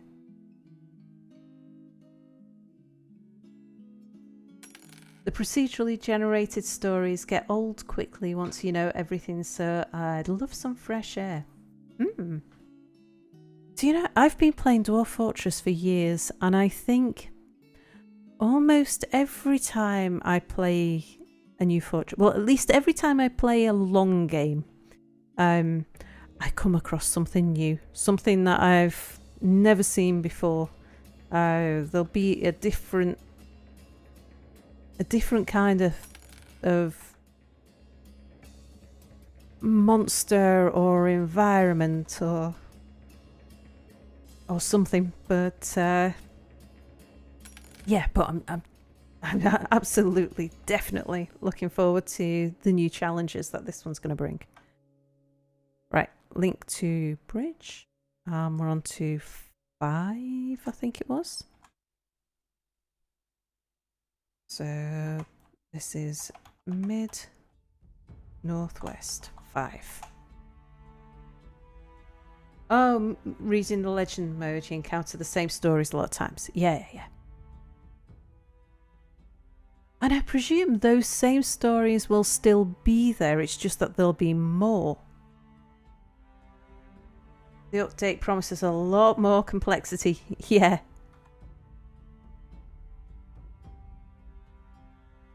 Yeah, it certainly does, doesn't it? Right, 4, 5.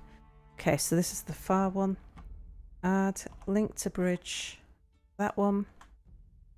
And you are the far northwest.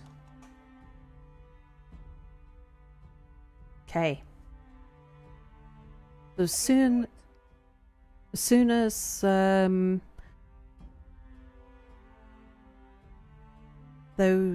the engineers are out and connected those bridges up, then we'll break through to the surface. Is someone taking a bath? I guess so. Because if they were just after water, they'd use the well.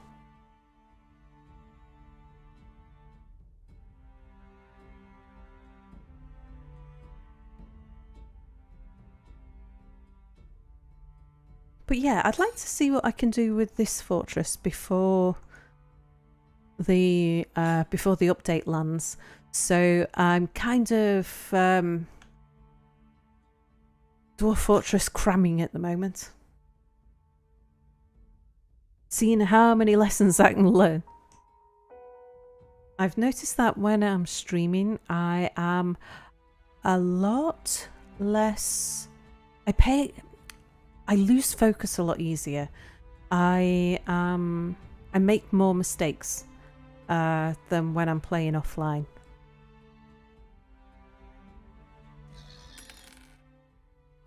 But I've also learned lessons about when I am streaming or recording.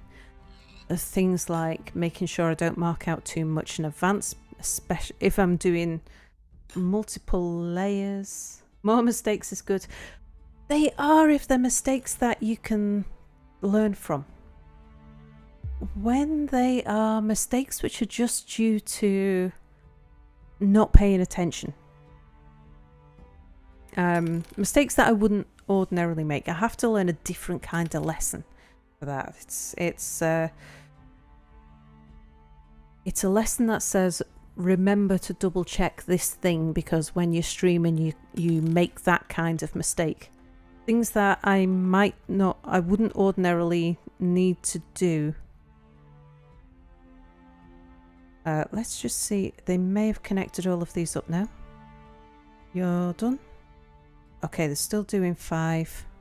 4 is done. 3, 2, 1, and near. That'll do. But they'll have finished 5 by the time we get up there. Yes, someone's taking the mechanisms up now.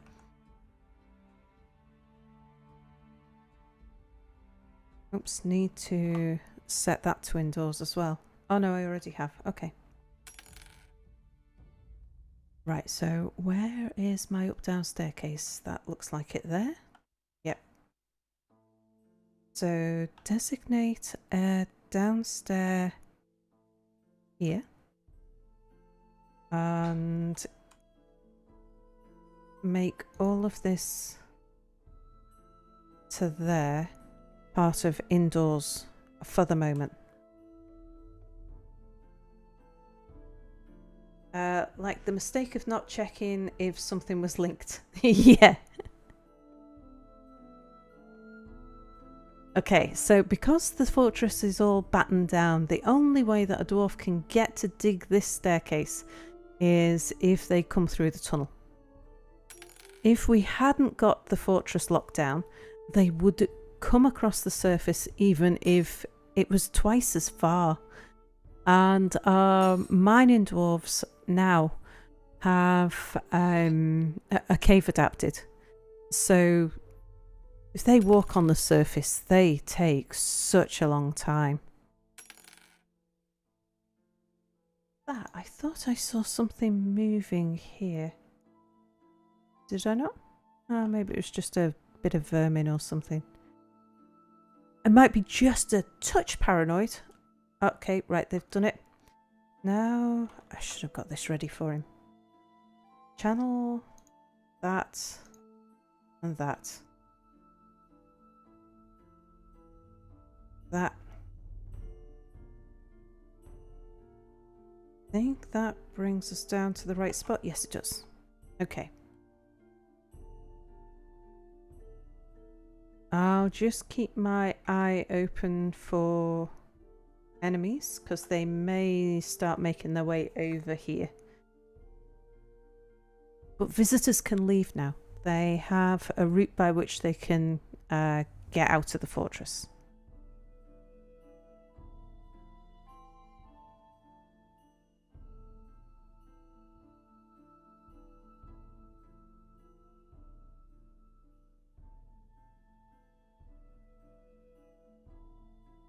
Quick look and see how the dwarves are doing.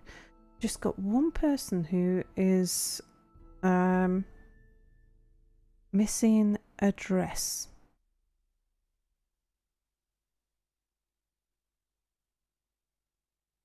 And all of the rest of their armour.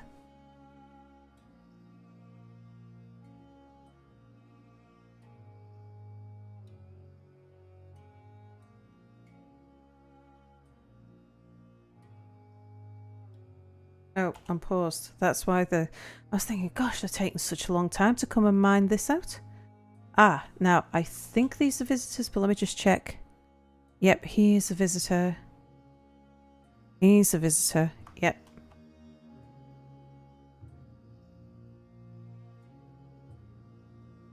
Siegers should come from the southerly direction.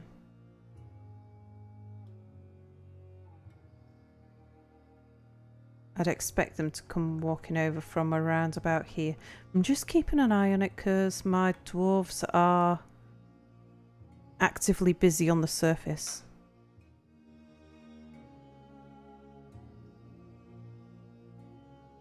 No.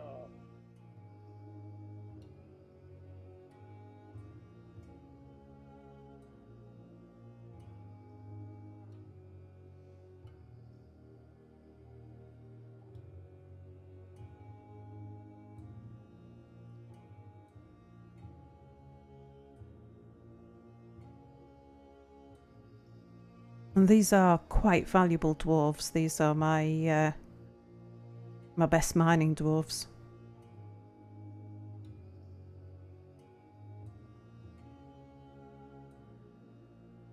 What we can do is build a hatch. Get someone to bring a hatch up there.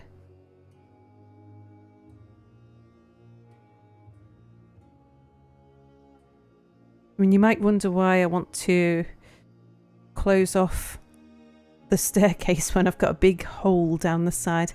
And that's because I've noticed previously, if I've got a large entrance like this and then a very small entrance next to it, sometimes if I've got an attacking force and I want that attacking force to get into a tunnel, they will sometimes just cluster around the staircase while they all wait to pile in. And they'll ignore the entrance that's next to it, the big entrance. So if I put a hatch there, then they'll ignore the hatch and go down the big entrance. And that way we'll get more of them in faster. And we can be sure of getting the whole lot of them trapped instead of just some of them. Whoa, hang on a second.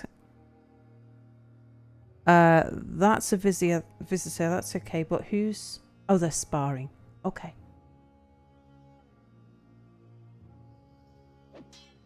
Slightly paranoid.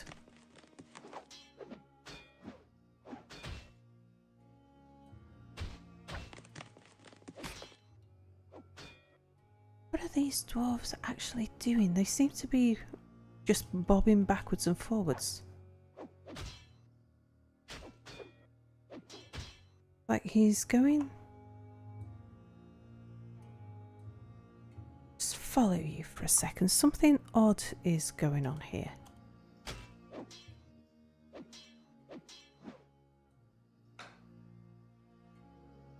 You are not mining, are you? Is that to do with the burrow? Do I need to... Yeah. Probably because I need to do that. You're trying to mine it and then you're finding you can't.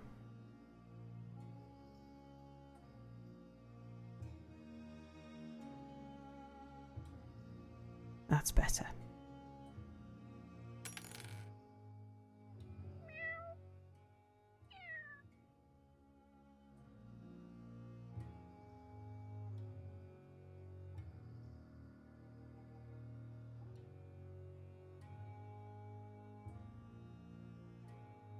Well, obviously somebody different is heading up to do that last piece there. I would like to remove all of the ramps in that space.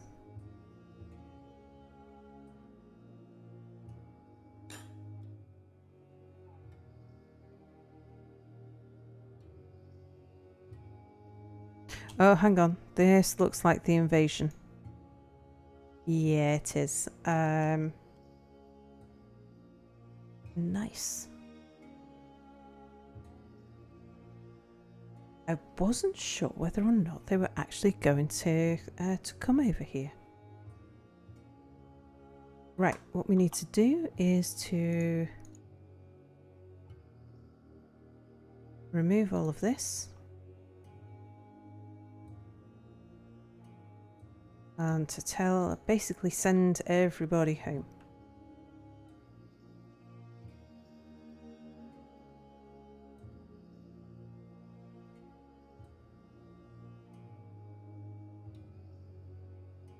Okay, so they'll stop trying to work on the mines, on the bits of mining that they were doing up there, because it's no longer inside a permitted area. We take that off there now, and we can take that off as well. And just while we've got invaders heading down, I'll clear up this bit over here. But just keep them from wandering out while things might be getting a bit hot. So if we have a look at our miners, the miners should now turn round. Yep, they did. And since we know the invaders are on the way, I am once again going to remove the guard pigs, let them come indoors. No reason to sacrifice them. The purpose of having them there is to make sure that we don't get ambushed by something that we didn't know was there. We have got a hatch. So I'm going to say, don't come down the hatch. I would much rather you came down the larger entrance.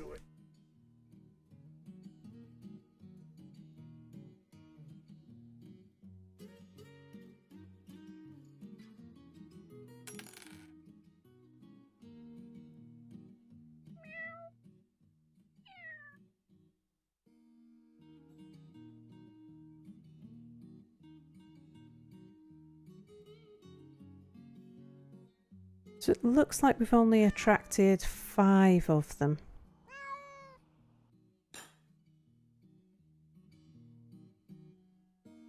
It's actually one of the good things about fighting goblins is that goblins tend to group.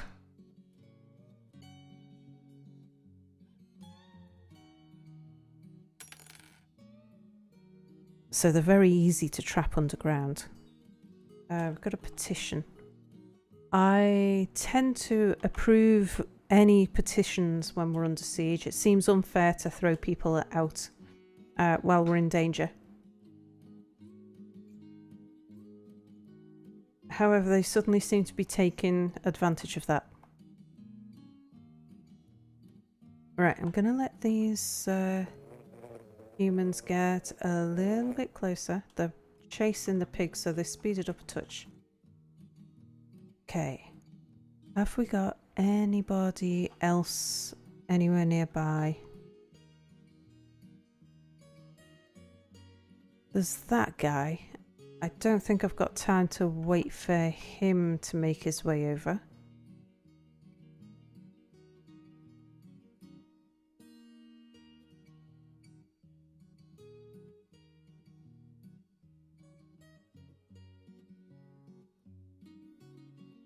think we'll just trap what we've got for the moment.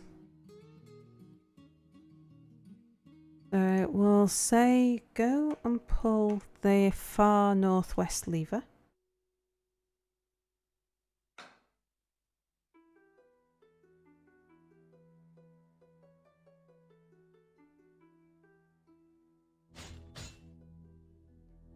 Is that sparring? The elephant is fighting. Ah, okay, people, they're just fighting. Right, what I'm going to do to get people, because we want to act quickly on these levers, I am going to change the military alert to emergency, because that will bring everybody down to the control room.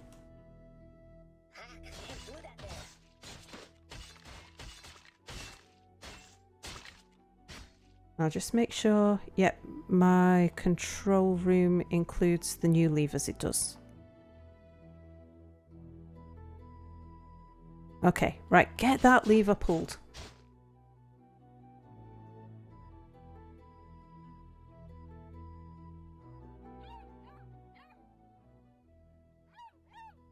Come on, any of you. We want to get the far lever pulled before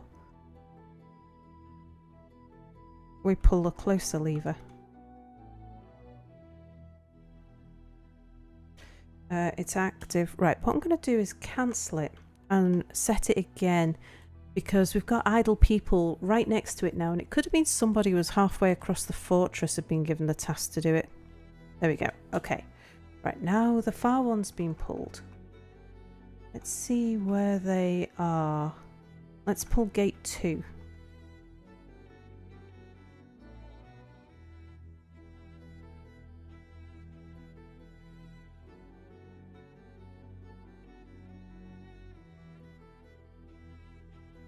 Well done. And now that you've done that, pull all of the gates in between. Oops.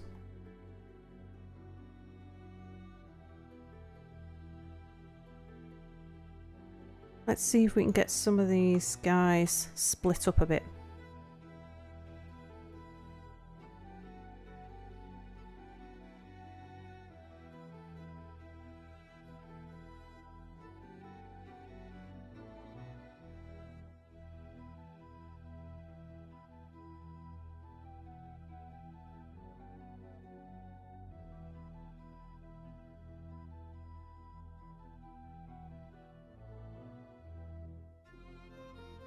Okay, right, let's see what we've managed to get.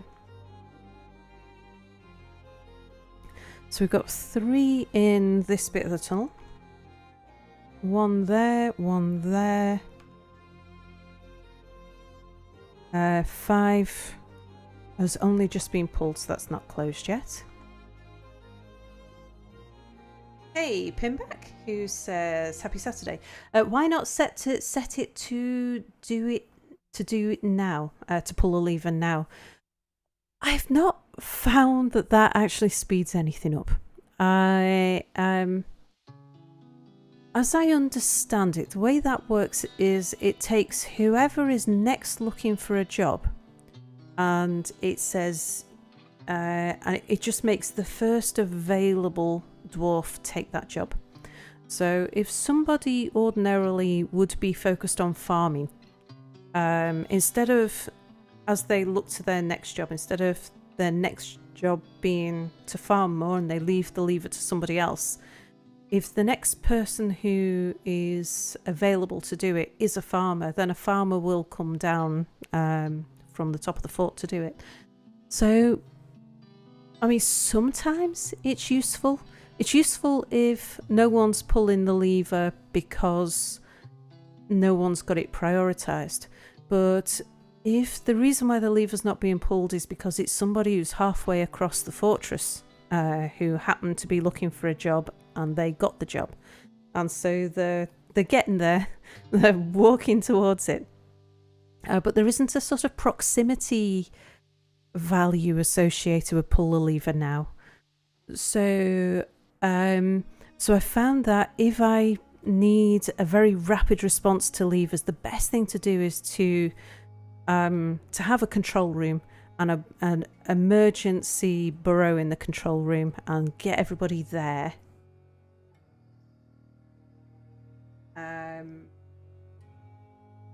Oh, who's attacking? Is it goblins? No, it's actually just a small band of humans. But my military are so fresh and new that I can't. We're not quite ready to take them on yet. We might be now. People might be armoured. And it's Gustav Hare. Hello, Gustav Hare. Welcome to the stream.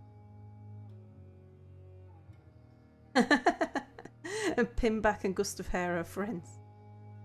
Oh, Gustav Air. Sorry, I'm not paying attention.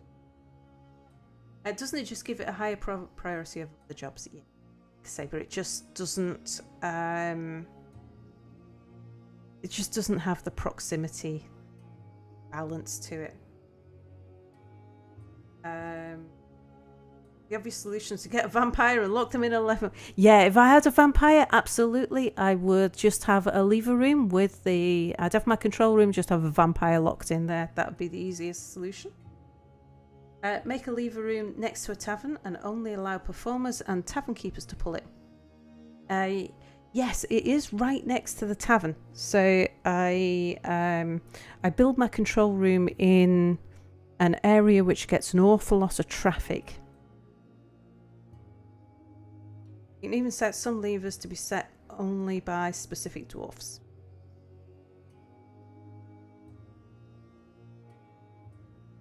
So, but while we're still a bit fresh and new, like I don't have a tavern keeper at the moment,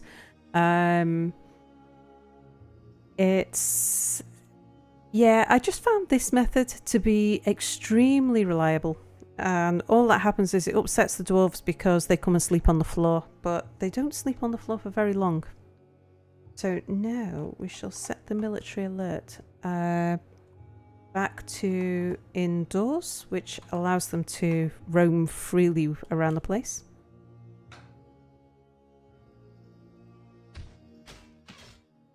Is that sparring? Oh no, they're just... Oh, hang on. A boar. Is that my boar?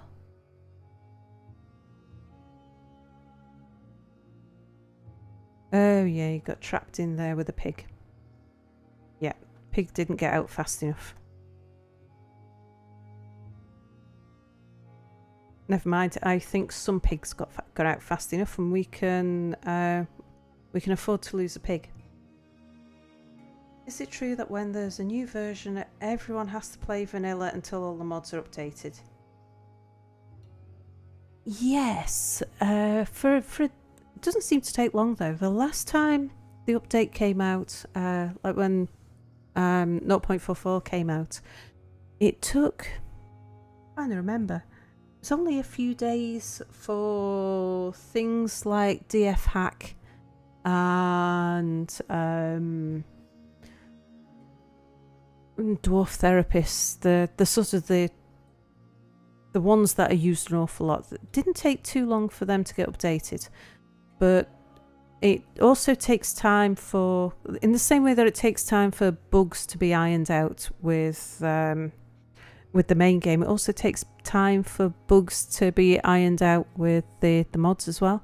Things like Masterwork and some of the other mods will just take a little bit longer. So we all start new forts with a new version. Usually, yeah. Yeah, when it's a big update. It depends on how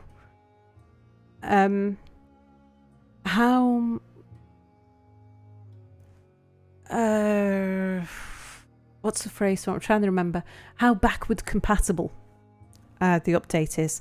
And with this update, I have absolutely no idea.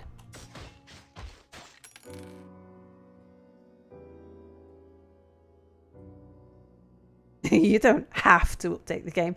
I agree with Pinback. Yes, I do. What's being killed now? A sow as well. How many pigs got trapped in there? I thought it was only the boar. That's alright. Petition available? Yes. Save you jumping off walls. Let's have a look at the military. How are you looking now for gear? George? You're still not wearing a dress? I'm pretty sure we've got plenty of dresses. I mean, fair enough, we might not have all of the steel equipment yet, because we're working on it, but you don't appear to have put on... It looks like you've just taken your clothes off. You've put a helmet on, you've grabbed a mace, and then you've not bothered about the rest, have you? You're just running around a bit naked for the thrill of it. Let's have a look at how well equipped or otherwise people are. So yeah, George is missing boots and everything. Yeah, George is missing an awful lot. What about some of the others? You're missing boots as well. Missing a shirt, you're missing greaves. I haven't got any flasks or backpacks to give them yet.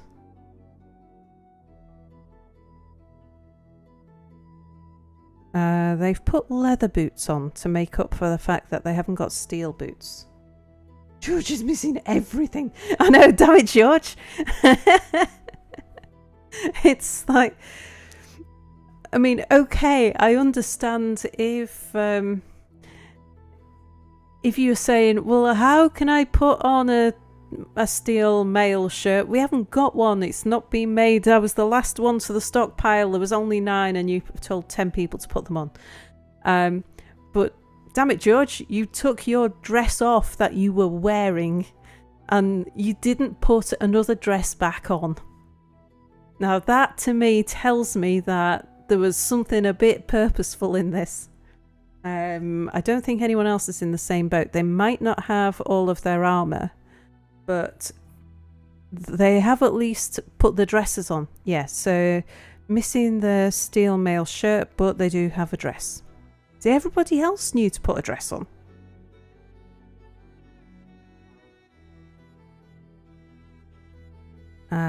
That's an archer, so they're in leather. That's George, yeah, okay. Leather armour. Leather armour. Leather armour. You're missing a dress. You went and put your armour on and didn't put a dress on. Just have a look at the people who were off duty then. Ah, okay. So it looks as though the people with the steel mail shirts were the ones that didn't go to training. We're still a bit short. But we should be produced. I should really just go and check and make sure that we've got enough marble mined and we're not short on flux. Because we've got plenty of limonite, plenty of charcoal. I can't put another one on. I'm making a statement. George has been sleeping under his desk all day. No, George has been down in the barracks training.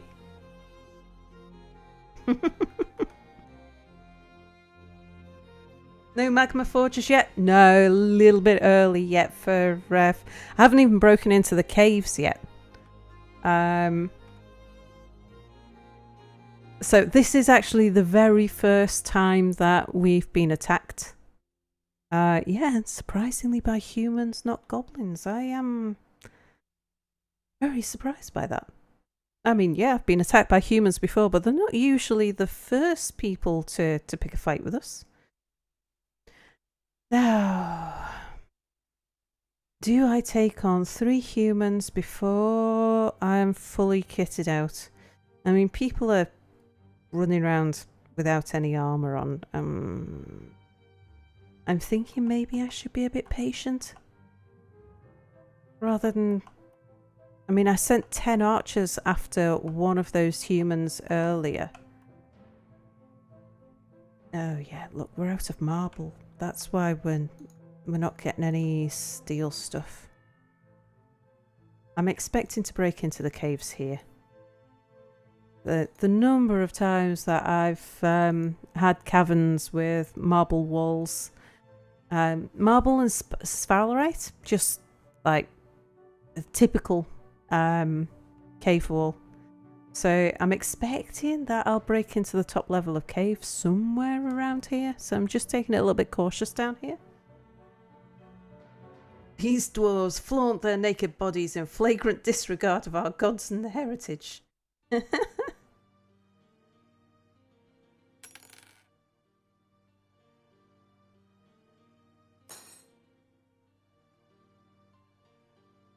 Sir, I hate saying no to you, but no.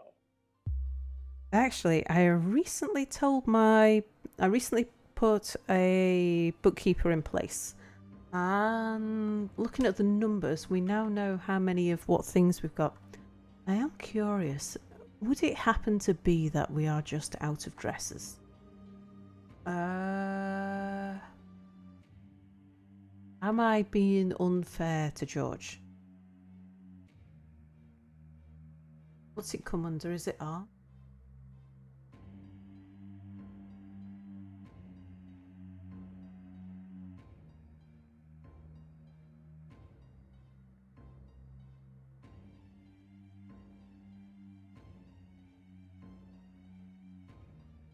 I have no idea where there are 6 copper mail shirts. I don't know where we would have got them from. All these breastplates, because we haven't been attacked yet. Oh, I bet it's visitors wearing them. Right, we've got 3 mail shirts ready to go.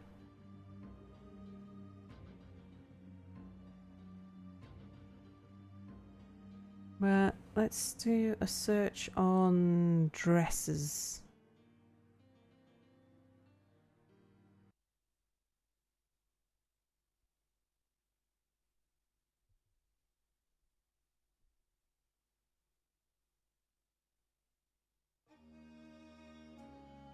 Do I need enhanced view to tell me who's wearing what? Yes, I do. But I can't search on this screen. Oh well. Can I? Is there a search?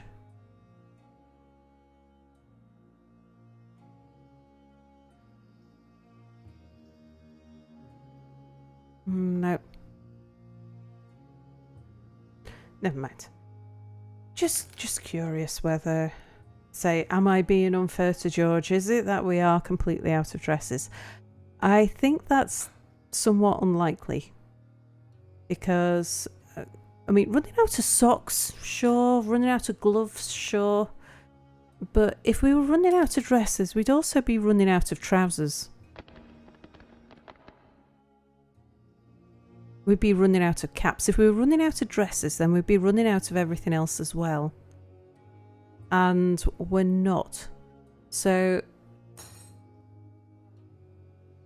yeah, I suspect that George got halfway through. He got as far as stripping down and then decided to go do some military training. They wear pants and dresses. Yeah, there's no problem with that.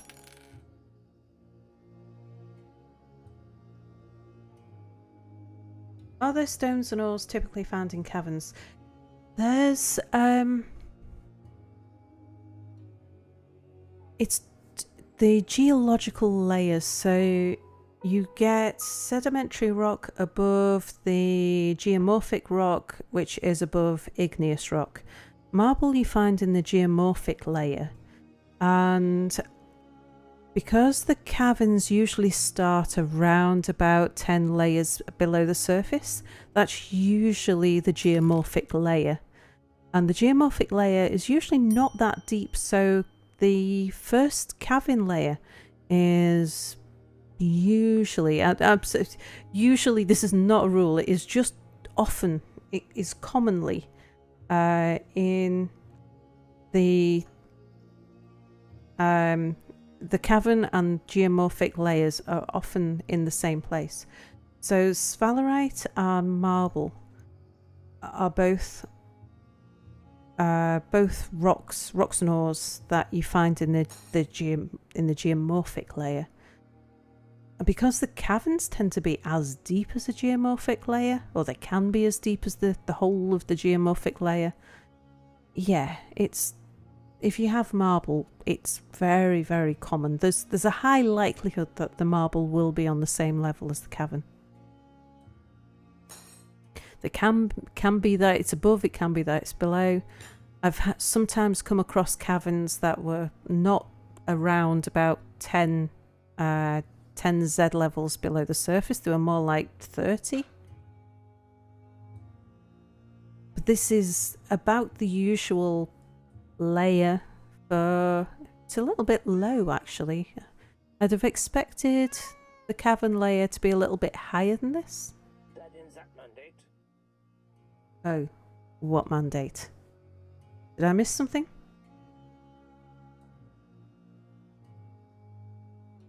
I haven't set up a captain of the guard yet, so if somebody's broken the law, then we can't actually take care of that. Yeah, now you say it, gold is extremely often found in caverns. Yeah, silver as well, but silver can appear in the sedimentary layer as well as the geomorphic layer. So, but yeah, but gold definitely. That seems to be, you find the caverns, you've found gold. It seems to be quite frequent.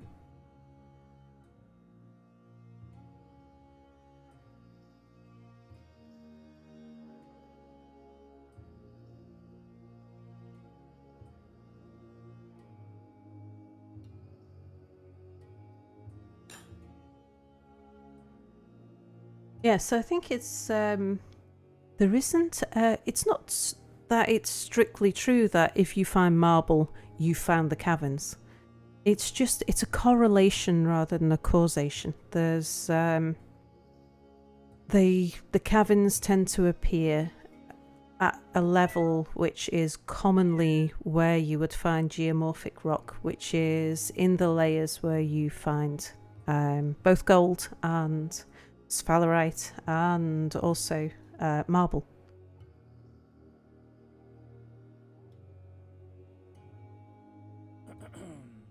But yeah, if the caverns are higher or lower, it could be that we're mining below the cavern level, it could be that we're mining above the cavern level. But more typically, if I've found marble, I've usually found the cavern layer. Let's just see what the mayor wants. You need a... Yeah, nobody has a decent dining room. Export of crowns prohibited. Is that... Oh, Bessie's mayor again. Okay. Tends to vary between Bessie and somebody else. Can't remember who. I probably need to increase the size of the borough. I do.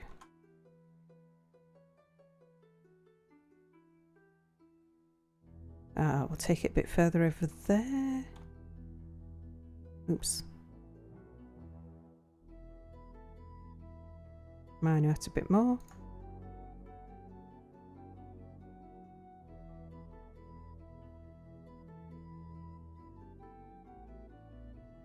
But yes, I think because we need to just get a bit more marble, get a bit more steel, get a bit more armor together before we take on the humans that are in the tunnels. If we're properly armored, we'll wipe the floor with them. We'll have no trouble at all. Sorry, I can't do it, sir. If we try and take them on while we're running around half naked, people are going to get their limbs chopped off, and we're going to end up with dead people. So patience will pay off in this case. So I think we'll definitely hang on. But for now, I'm going to call this stream to an end because Mia, who, for the new people in chat, Mia is my flatmate. He co-streams with me on occasions, and he's cooking lasagna for tea tonight. But you can't start cooking until I stop streaming, because although the kitchen is in a different room to the gaming room, the recording room, it's too close to... It becomes very noisy. You can't make a lasagna quietly without it being picked up. So I think I'm going to call the stream to an end for the moment. We know what we're going to do next, which is get that armor built. Make sure that people have just got... We've got a bit better kit. And then we go take on those humans. Who've killed our pigs, damn it. Well, in the meantime, while the armourers are completing the armour that we need, these people can live in the miasma of the pigs that they've killed, and it serves them right too. I could try opening this door just to see if by chance that spearman also walks in. But I think he's probably just left wandering around the map. How many have we? We've only got... Didn't have very many. 1, 2, 3, 4, 5, 6, 7, 8, 9. And I think we got 5 in the tunnels. So there's another 4 somewhere on the surface. We can deal with them as soon as we've dealt with the ones in the tunnels. We'll just open up another tunnel entrance and let them in. Alright, but for now, I think I'll call it for this evening. I might be back later on. In fact, I probably will, because like I say, I'm kind of making a bit of a rush on this fort because the update's due out very, very soon, and I want to see how much of this I can get built. Or what I can make with this fort in the meantime. So thank you for watching, and maybe I'll see you a little bit later. Bye for now.